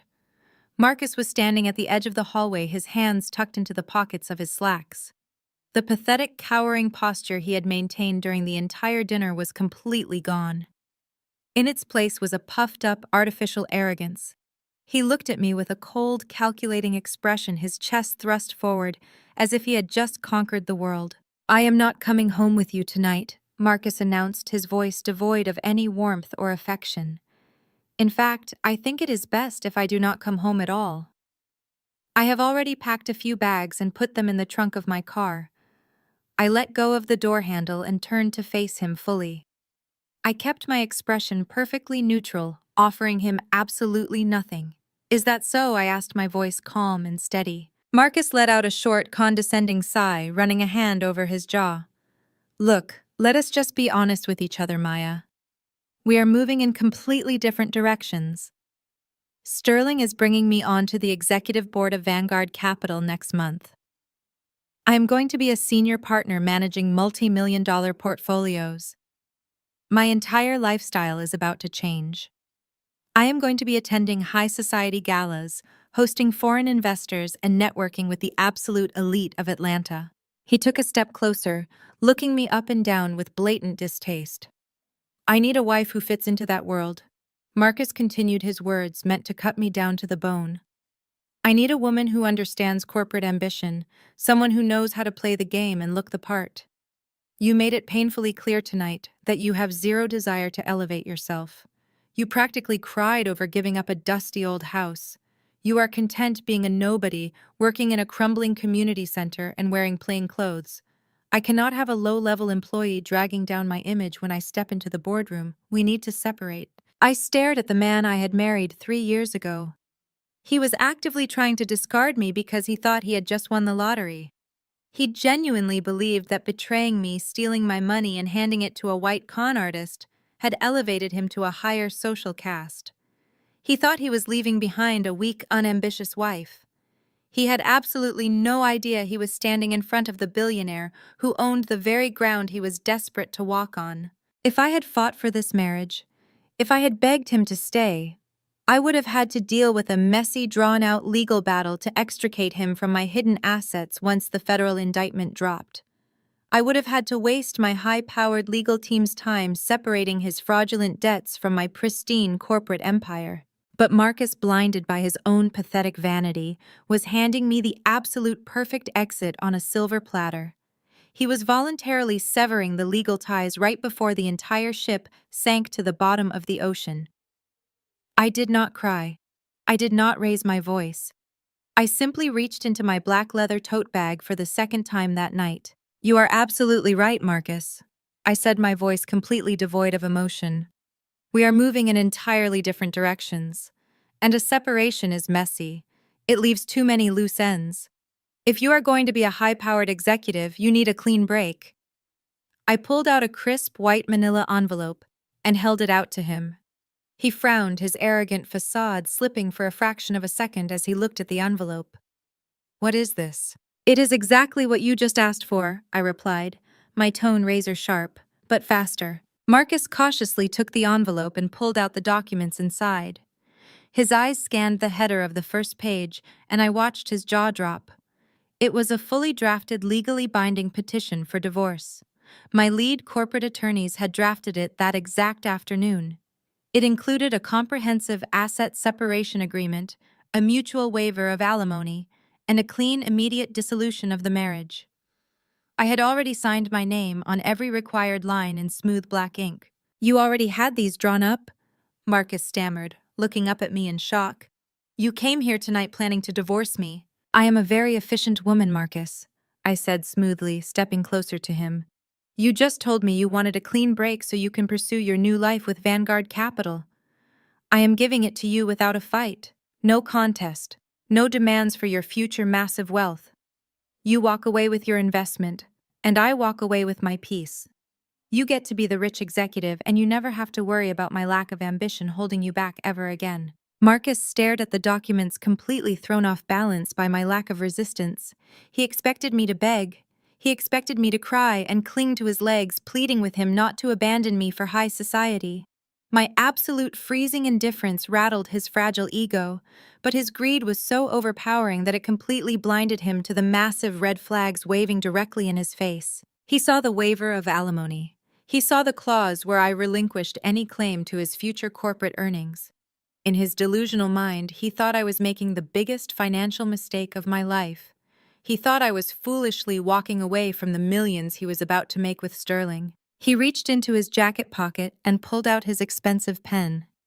Fine, Marcus spat, trying to regain his arrogant posture.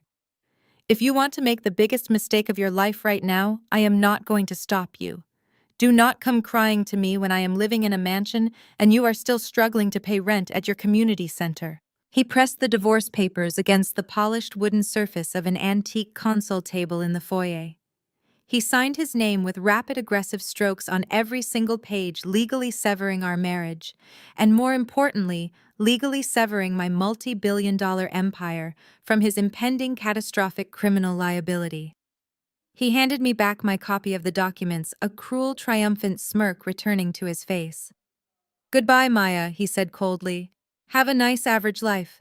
I took the documents and slid them safely back into my leather bag, alongside the signed guarantor agreements that would soon destroy my entire family. I looked at Marcus one last time, feeling absolutely nothing but profound relief. I will, I replied, my voice steady and calm. Enjoy your new position on the board, Marcus. I am sure it will be an unforgettable experience. I turned around, gripped the heavy brass handle, and opened the front door. The cool, crisp Atlanta night air washed over my face, carrying the promise of a brilliant, devastating tomorrow. I walked down the stone steps of my parents' estate and out to my car, leaving the noise of their celebration behind me. My hands were completely clean. Every legal vulnerability had been severed. Every trap had been set and locked. All that was left was to put on a beautiful dress tomorrow night and watch the entire fake empire burn to the ground. The next evening arrived with the heavy, humid heat typical of an Atlanta summer. I sat in the back of a sleek black town car as it pulled up to the grand entrance of the Crown. Looking out the tinted window, I felt a deep, resonant hum of pride in my chest. The Crown was an architectural masterpiece, a sprawling complex of glass, steel, and restored brick that stood as a monument to Black excellence and generational wealth. It was the absolute jewel of the city, and it was mine, every single inch of it. Yet tonight it was dressed up in the grotesque, gaudy illusion of my family's social climbing. Sterling and Chloe had spared no expense, or rather, they had spared no expense using the stolen funds Marcus had handed them. A massive red carpet spilled out across the immaculate concrete plaza. Towering arches of white orchids and imported roses flanked the heavy glass doors. Valets in crisp uniforms rushed to open doors for the arriving guests, taking the keys to Bentley's Porsches and imported luxury SUVs. I stepped out of my town car, the flash of a hired photographer's camera immediately catching my eye. I had followed Chloe's condescending advice to wear something appropriate. I wore a custom-designed floor-length emerald green gown that moved like liquid glass around my silhouette. The silk plunged in the back and featured a sharp structured neckline that radiated pure, unadulterated power. I wore no jewelry except for a pair of flawless diamond studs. I did not need to wear my wealth on my sleeve like a walking billboard. True power is felt not loudly advertised. I walked through the massive double doors and stepped into the main atrium. The sheer scale of the engagement party was staggering. A massive crystal chandelier, which I had personally commissioned from an artisan in Italy 2 years ago, hung from the vaulted ceiling, casting a brilliant glow over the crowd. Waiters in white tuxedo jackets glided smoothly across the marble floors, carrying silver trays loaded with crystal flutes of vintage champagne and beluga caviar. A live string quartet played a soft classical rendition of a popular rhythm and blues song from a raised platform in the corner. The guest list was a gathering of the Atlanta elite. Every major player my parents had ever tried to impress was standing in this room. There were prominent city council members, successful surgeons, powerful real estate developers, and the entire senior leadership board of Reverend Thomas's megachurch. They were all gathered here sipping stolen champagne, completely unaware that they were standing in the middle of a massive financial crime scene. My parents, Winston and Patricia, were holding court near the center of the atrium. They were absolutely radiating a sickening level of smug satisfaction. My father stood with his chest puffed out, swirling a glass of expensive bourbon, loudly introducing Sterling to a group of influential doctors. My mother was practically glowing, draped in an overly embellished silver gown, gripping the arm of a local politician's wife. She was gesturing wildly as she spoke, undoubtedly bragging about her future son-in-law's fake billions and how he was supposedly acquiring the very building they were standing inside. They looked so incredibly proud. They had finally achieved their ultimate goal. They had secured their position at the absolute peak of the social hierarchy, climbing over my dignity and my stolen savings to get there. I watched them for a moment, letting the absolute absurdity of their arrogance wash over me. They were celebrating on the deck of a sinking ship, completely oblivious to the iceberg I had already driven straight through their hull. I took a slow, measured breath and began walking into the crowd. I did not hide.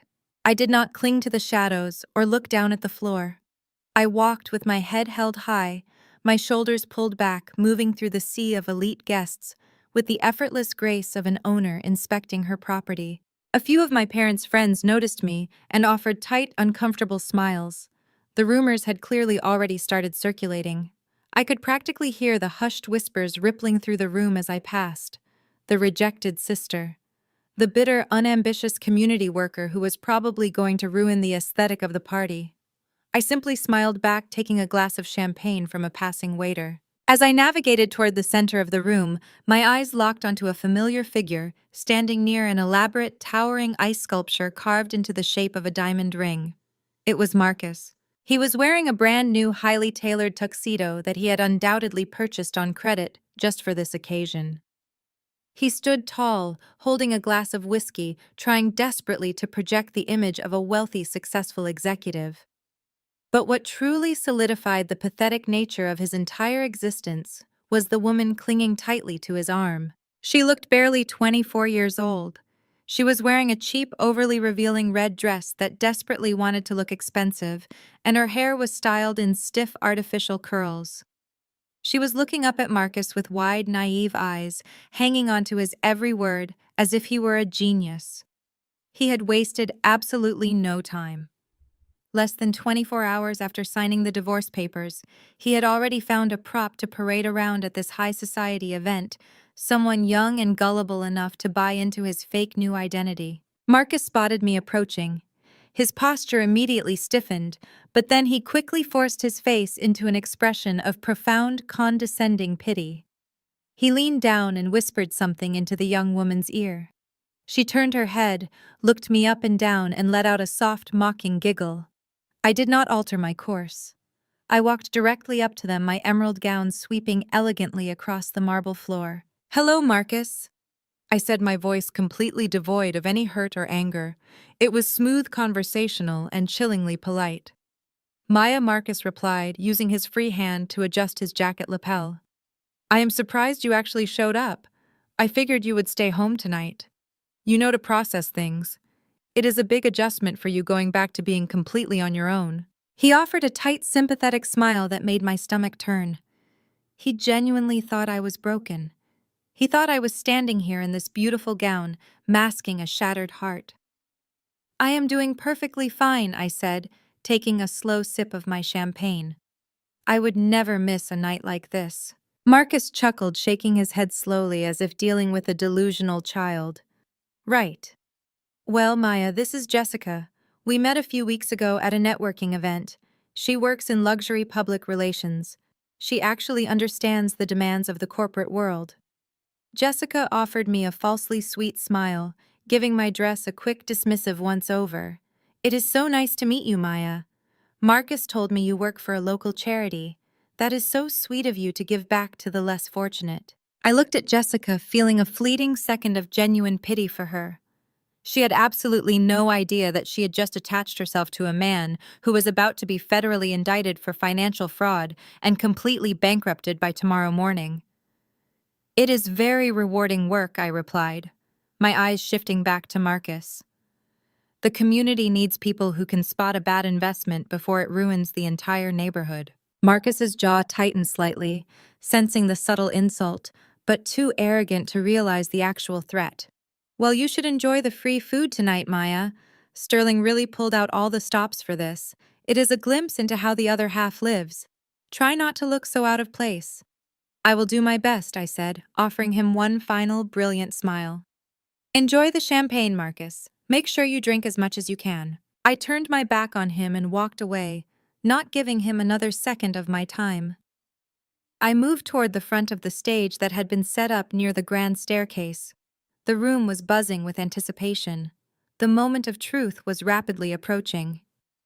I stood perfectly still amidst the crowd of Atlanta's elite, my eyes locked on the microphone resting on the center stage.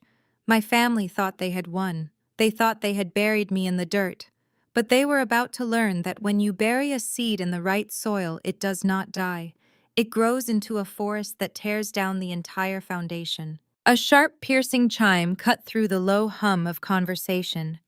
The string quartet abruptly stopped playing. The warm, ambient lighting of the grand atrium dimmed, leaving only a brilliant, focused spotlight illuminating the raised marble stage at the far end of the room. The crowd fell silent, turning their attention toward the front. Sterling strode up the brief flight of stairs to the platform. He moved with an exaggerated swagger, adjusting his custom jacket, exuding the manic energy of a man who believed he had just cheated death. Chloe followed closely behind him, clutching his arm, her posture rigid with an arrogant, triumphant pride. She positioned herself slightly behind his right shoulder, ensuring the stage lights caught the massive, fraudulent diamond on her finger perfectly. My parents. Winston and Patricia immediately pushed their way to the absolute front row of the crowd. They stood shoulder to shoulder, their faces glowing with a desperate, hungry adoration, as they looked up at the man they believed was their savior. Sterling grabbed the microphone from its stand. He tapped it once, letting the heavy thud echo through the massive sound system. "Welcome, everyone!" Sterling boomed, his voice aggressively loud and dripping with false charisma. "I want to thank the absolute best and brightest of Atlanta for gathering here tonight. We are here to celebrate love, family, and the merging of two great dynasties. But as many of you in the business world know, you cannot truly separate family from legacy.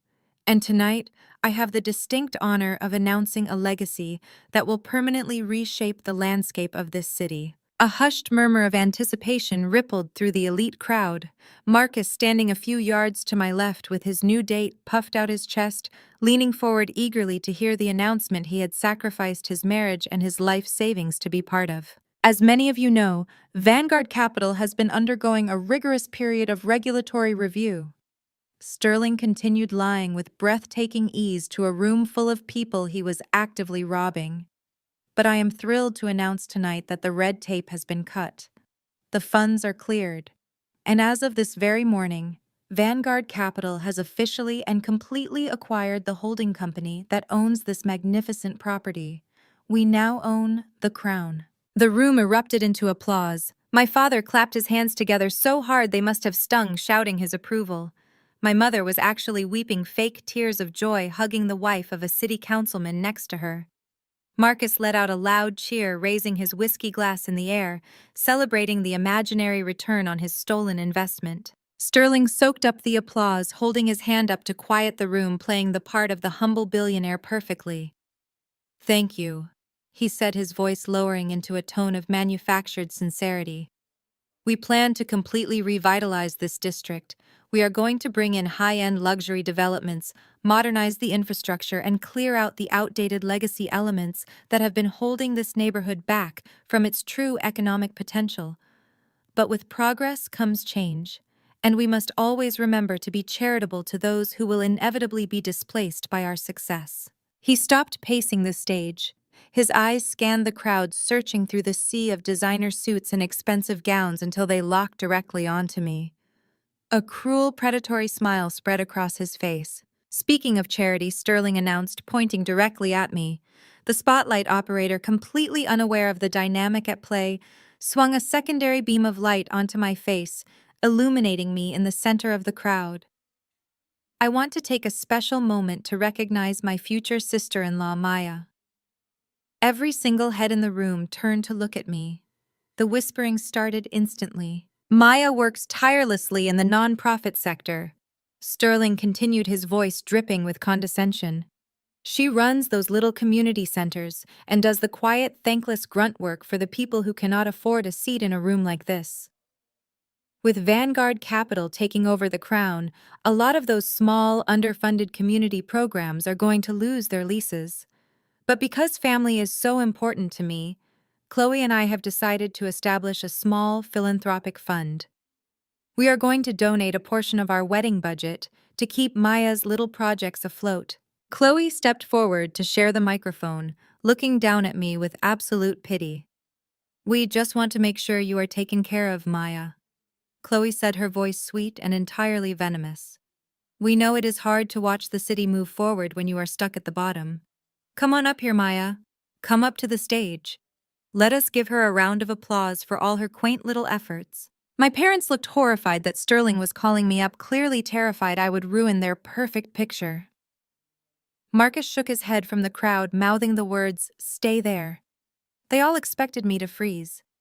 They expected me to flush red with humiliation, to turn around and run out of the building in tears, completely broken by this massive public display of disrespect. I did not run. I took a slow, deep breath, feeling the cool silk of my emerald dress shift against my skin. I stepped forward. If a camera were filming this sequence, the director would employ a heavy, stabilized tracking shot.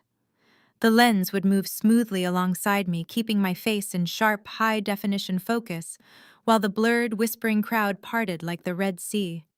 I did not walk like a defeated, humiliated charity worker. I walked with the slow, terrifying, measured grace of a monarch walking through her own throne room. My spine was perfectly straight. My gaze was locked entirely on Sterling. Every step I took against the marble floor echoed with absolute, undeniable authority. The applause in the room slowly died out, replaced by a confused, breathless silence. The guests could feel the sudden massive shift in the atmosphere.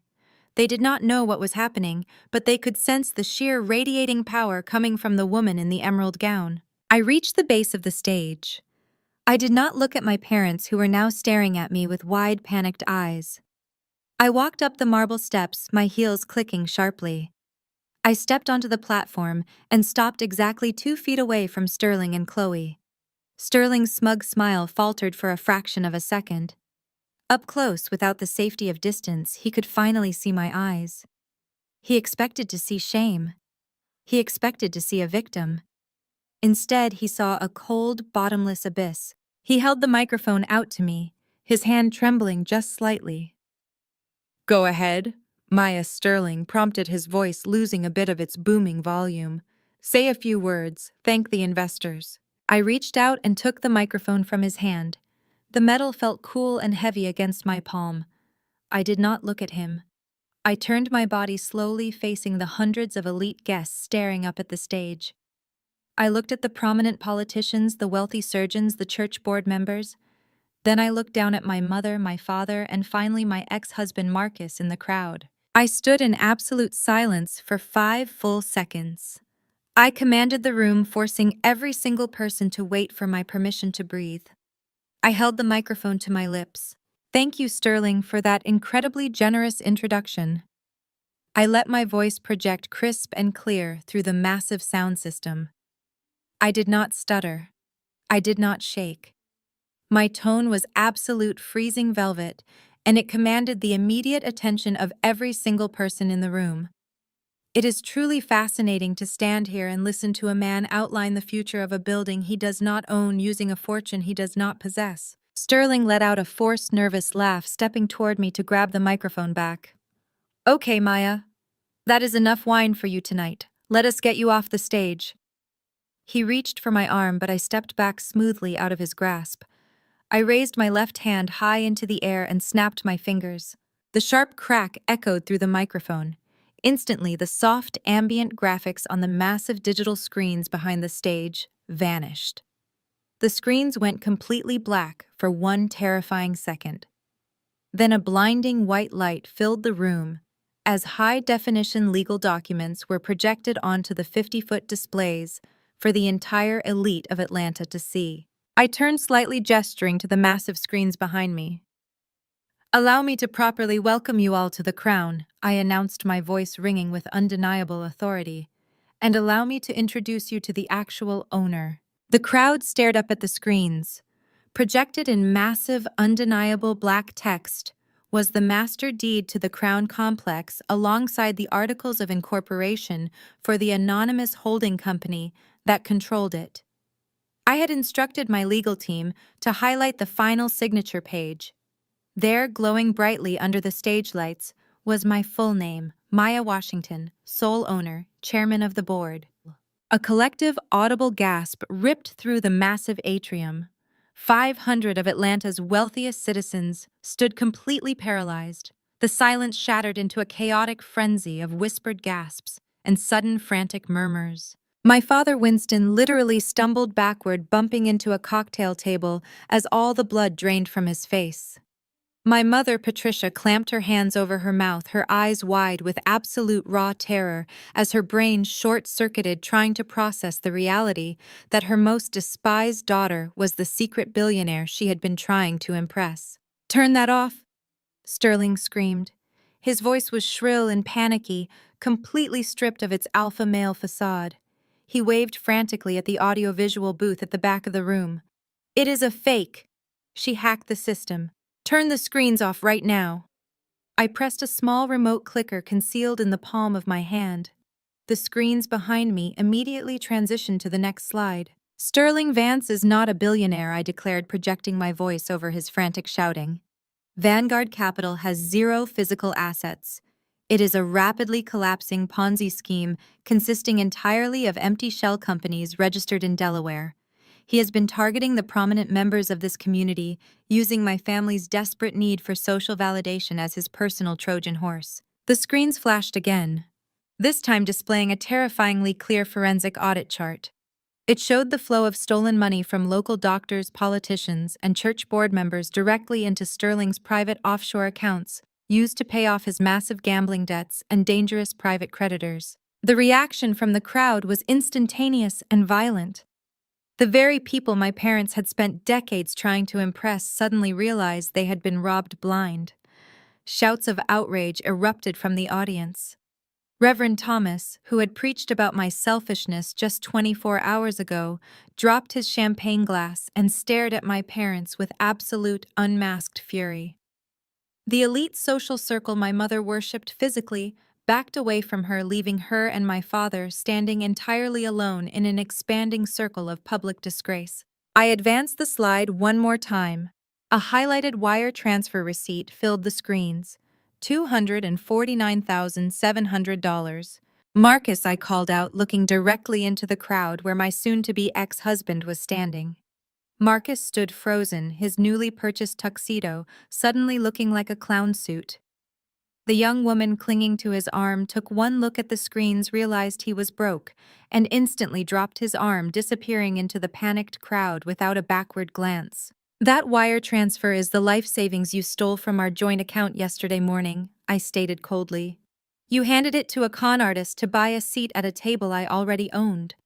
And Chloe, I turned to look at my sister, who was shaking uncontrollably beside Sterling. That 10-carat custom diamond on your finger. It was not purchased by a wealthy corporate titan. It was bought yesterday using the exact money my cowardly husband stole from me. You are wearing my paycheck on your finger. Chloe let out a high-pitched, devastating shriek of horror. She looked at the ring on her hand as if it had suddenly caught fire, frantically trying to pull it off, but her knuckles were swollen from the summer heat and the ring would not budge. Sterling was hyperventilating now, wiping sweat from his face and backing away toward the edge of the stage. You cannot do this, he stammered, looking frantically for an exit. I am a guarantor. Your family signed the papers. I have their backing. I smiled. It was the most ruthless, terrifying smile of my entire life. Yes, Sterling, they did sign the papers. I agreed calmly. I pressed the clicker one final time. The screens displayed the liability waivers my family had eagerly signed the night before. But they did not sign those papers for you. They signed them for me. They signed absolute irrevocable guarantor agreements pledging their entire estate, their luxury vehicles, and all of their liquid retirement portfolios directly to my holding company in the event of your criminal default. I looked down at my parents, who were now physically clinging to each other in absolute financial ruin. You wanted to give my grandmother's legacy away, I told them, my voice echoing with finality. So I let you give away your own. Every single thing you own now legally belongs to me, to distribute back to the community members you helped this man steal from. Suddenly, the blinding flash of cameras erupted from the back of the room. I had anonymously tipped off the local financial press, and they were capturing every single second of the social elite's dramatic collapse. My parents shielded their faces from the flashing lights, their perfectly crafted high society image reduced to total public humiliation. Then came the heavy, undeniable sound of tactical boots hitting the marble floor. The massive glass double doors of the atrium burst open. A dozen federal agents wearing dark windbreakers with FBI Financial Crimes Division printed in bold yellow letters stormed into the venue. The flashing red and blue lights of federal vehicles parked on the plaza outside illuminated the glass walls of the Crown, painting the entire party in the colors of absolute justice. Nobody move, the lead agent shouted, flashing his badge as the team rapidly fanned out across the room. Sterling Vance, you are under arrest for wire fraud, interstate financial crimes, and operating a fraudulent investment scheme. Sterling let out a pathetic, whimpering cry and tried to scramble off the back of the stage. Two federal agents leaped onto the platform, tackling him hard to the polished marble floor. The sound of heavy steel handcuffs clicking shut over his wrists echoed through the microphone still resting in my hand. Chloe dropped to her knees on the stage, screaming hysterically. Her perfect blowout was ruined, her makeup streaming down her face in dark, jagged lines. Do not touch him, Chloe shrieked, clawing at the agents. He is a billionaire. We are getting married in Italy. One of the female federal agents firmly grabbed Chloe's arm. Ma'am, I am going to need you to step back and surrender that ring. It was purchased with illicitly obtained funds and is now federal evidence. Chloe wailed in absolute agony as the agent practically pried the diamond off her finger, dropping it into a clear plastic evidence bag. She collapsed onto the stage, weeping over the loss of her fake wealth, while the man she thought was her ticket to the elite class was dragged away in chains. Down in the crowd, Marcus sank to his knees amidst the shattered glass of the champagne flute he had dropped. He buried his face in his hands, weeping openly, as he realized he had thrown away a marriage to a billionaire for a fake corporate title that was now going to land him in federal prison as an accomplice. My parents stood frozen in the center of the room, surrounded by the angry, glaring faces of the friends and church members they had betrayed. They were completely bankrupt, publicly humiliated, and stripped of every ounce of power they had ever wielded over me. I did not offer them a single glance of pity. I lowered the microphone, placing it gently onto the speaker stand. I smoothed the front of my emerald gown and turned my back on the wreckage of their lives. I walked slowly and deliberately down the side steps of the stage, moving through the parting crowd of stunned guests. I walked out the front doors of my building, stepping into the warm Atlanta night air, leaving them all to burn in the fire they had started themselves. The morning sun hit the Atlanta skyline with a renewed brilliance. While my family spent the night scrambling in a state of absolute terror, my legal team executed the final phase of the strategy. The guarantor documents they had so eagerly signed at the dinner table were immediately enforced by the federal bankruptcy courts. Because my holding company was listed as the primary secured creditor, we seized everything they owned. My parents' sprawling Alpharetta estate, their imported luxury cars, and their carefully hoarded retirement portfolios were completely frozen and liquidated. I ensured that every single cent was placed into a restitution fund to compensate the local doctors, politicians, and church members Sterling had defrauded. The financial ruin was absolute, but the social execution was even more devastating for them. Reverend Thomas issued a public statement on behalf of the megachurch permanently excommunicating my parents. The elite society they had worshipped completely erased them from existence. Their country club memberships were revoked. Their phone calls went unanswered. They became complete pariahs, forced to move into a tiny run-down apartment on the outskirts of the city, permanently stripped of the wealth and prestige they had valued far more than their own daughter. Chloe was left with absolutely nothing. Long after the federal agents had cleared the scene that night, the grand atrium of the Crown was completely abandoned. The elite guests had fled in absolute terror. The catering staff had packed up and gone home. Chloe was left sitting entirely alone on the cold marble floor of the empty, echoing banquet hall. She wept hysterically into her bare hands, her designer gown ruined, her fake diamond confiscated. Her fake billionaire was sitting in a federal holding cell, and her lifelong status as the golden child was now officially worthless. But the most satisfying collapse belonged to Marcus. The federal investigation immediately flagged his unauthorized predatory withdrawal from our joint account. The bank he was so desperate to impress fired him on the spot for gross financial misconduct. He was utterly bankrupt, completely unemployable, and facing potential accessory charges. A week later, he managed to wait for me outside the entrance of my community center office. He looked ragged, his once tailored suit deeply wrinkled and stained with sweat. When he saw me walking down the steps, he literally dropped to his knees on the hard concrete pavement. He clasped his hands together, sobbing uncontrollably and begging for forgiveness. He pleaded with me to remember our marriage, begging for a fraction of the mercy he had completely denied me when he stole my savings and abandoned me for a false promise of wealth.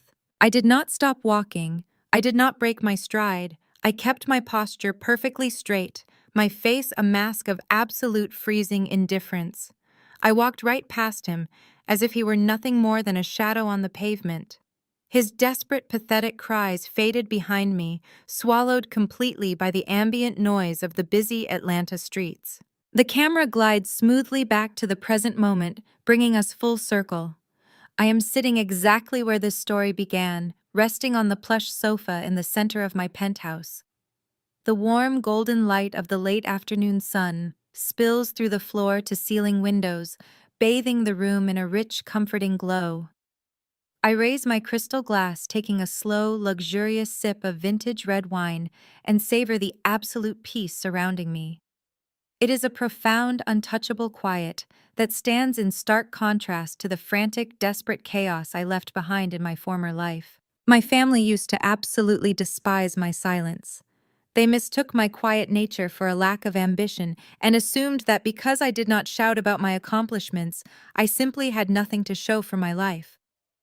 They believed that power required a loud voice and a flashy wardrobe, but they fundamentally misunderstood how true power is forged. You do not build a lasting dynasty by screaming for attention and seeking validation from people who do not genuinely care about you. You build it brick by brick in the absolute quiet where no one can see your foundation being laid until it is far too late for them to tear it down. I set my empty wine glass down on the polished marble coffee table and stand up. I walk over to the expansive entryway and slip on a sleek, structured trench coat, adjusting the collar with a confident, practiced motion. Today is an incredibly important day. But I am no longer dressing to impress the shallow elite society or to beg for a seat at a table filled with arrogant investors. I am dressing for the people who actually matter to the future of this city. In exactly 1 hour, I will be standing on a stage right in the heart of Atlanta. I will be cutting the ceremonial ribbon to officially open a massive state-of-the-art educational and cultural campus for Black youth. It is a multi-million-dollar facility, completely funded by my personal foundation and built securely on the very land my family tried so desperately to hand over to a con artist. The campus will provide full scholarships, tech incubators, and leadership mentorship programs for the next generation. It is the true realization of lasting generational wealth focused on uplifting the community rather than exploiting it. I pause at the front door, checking my reflection in the tall mirror one last time. I do not see a disappointed daughter or a discarded wife looking back at me. I see the sole architect of my own destiny. I may have lost my biological family, but I replace them with a chosen family of brilliant, dedicated people who respect my vision and share my values. I built an unbreakable empire out of the exact silence they once mocked. And as I step out of my penthouse and walk toward the private elevator, I know with absolute certainty that my silence will speak volumes for generations to come.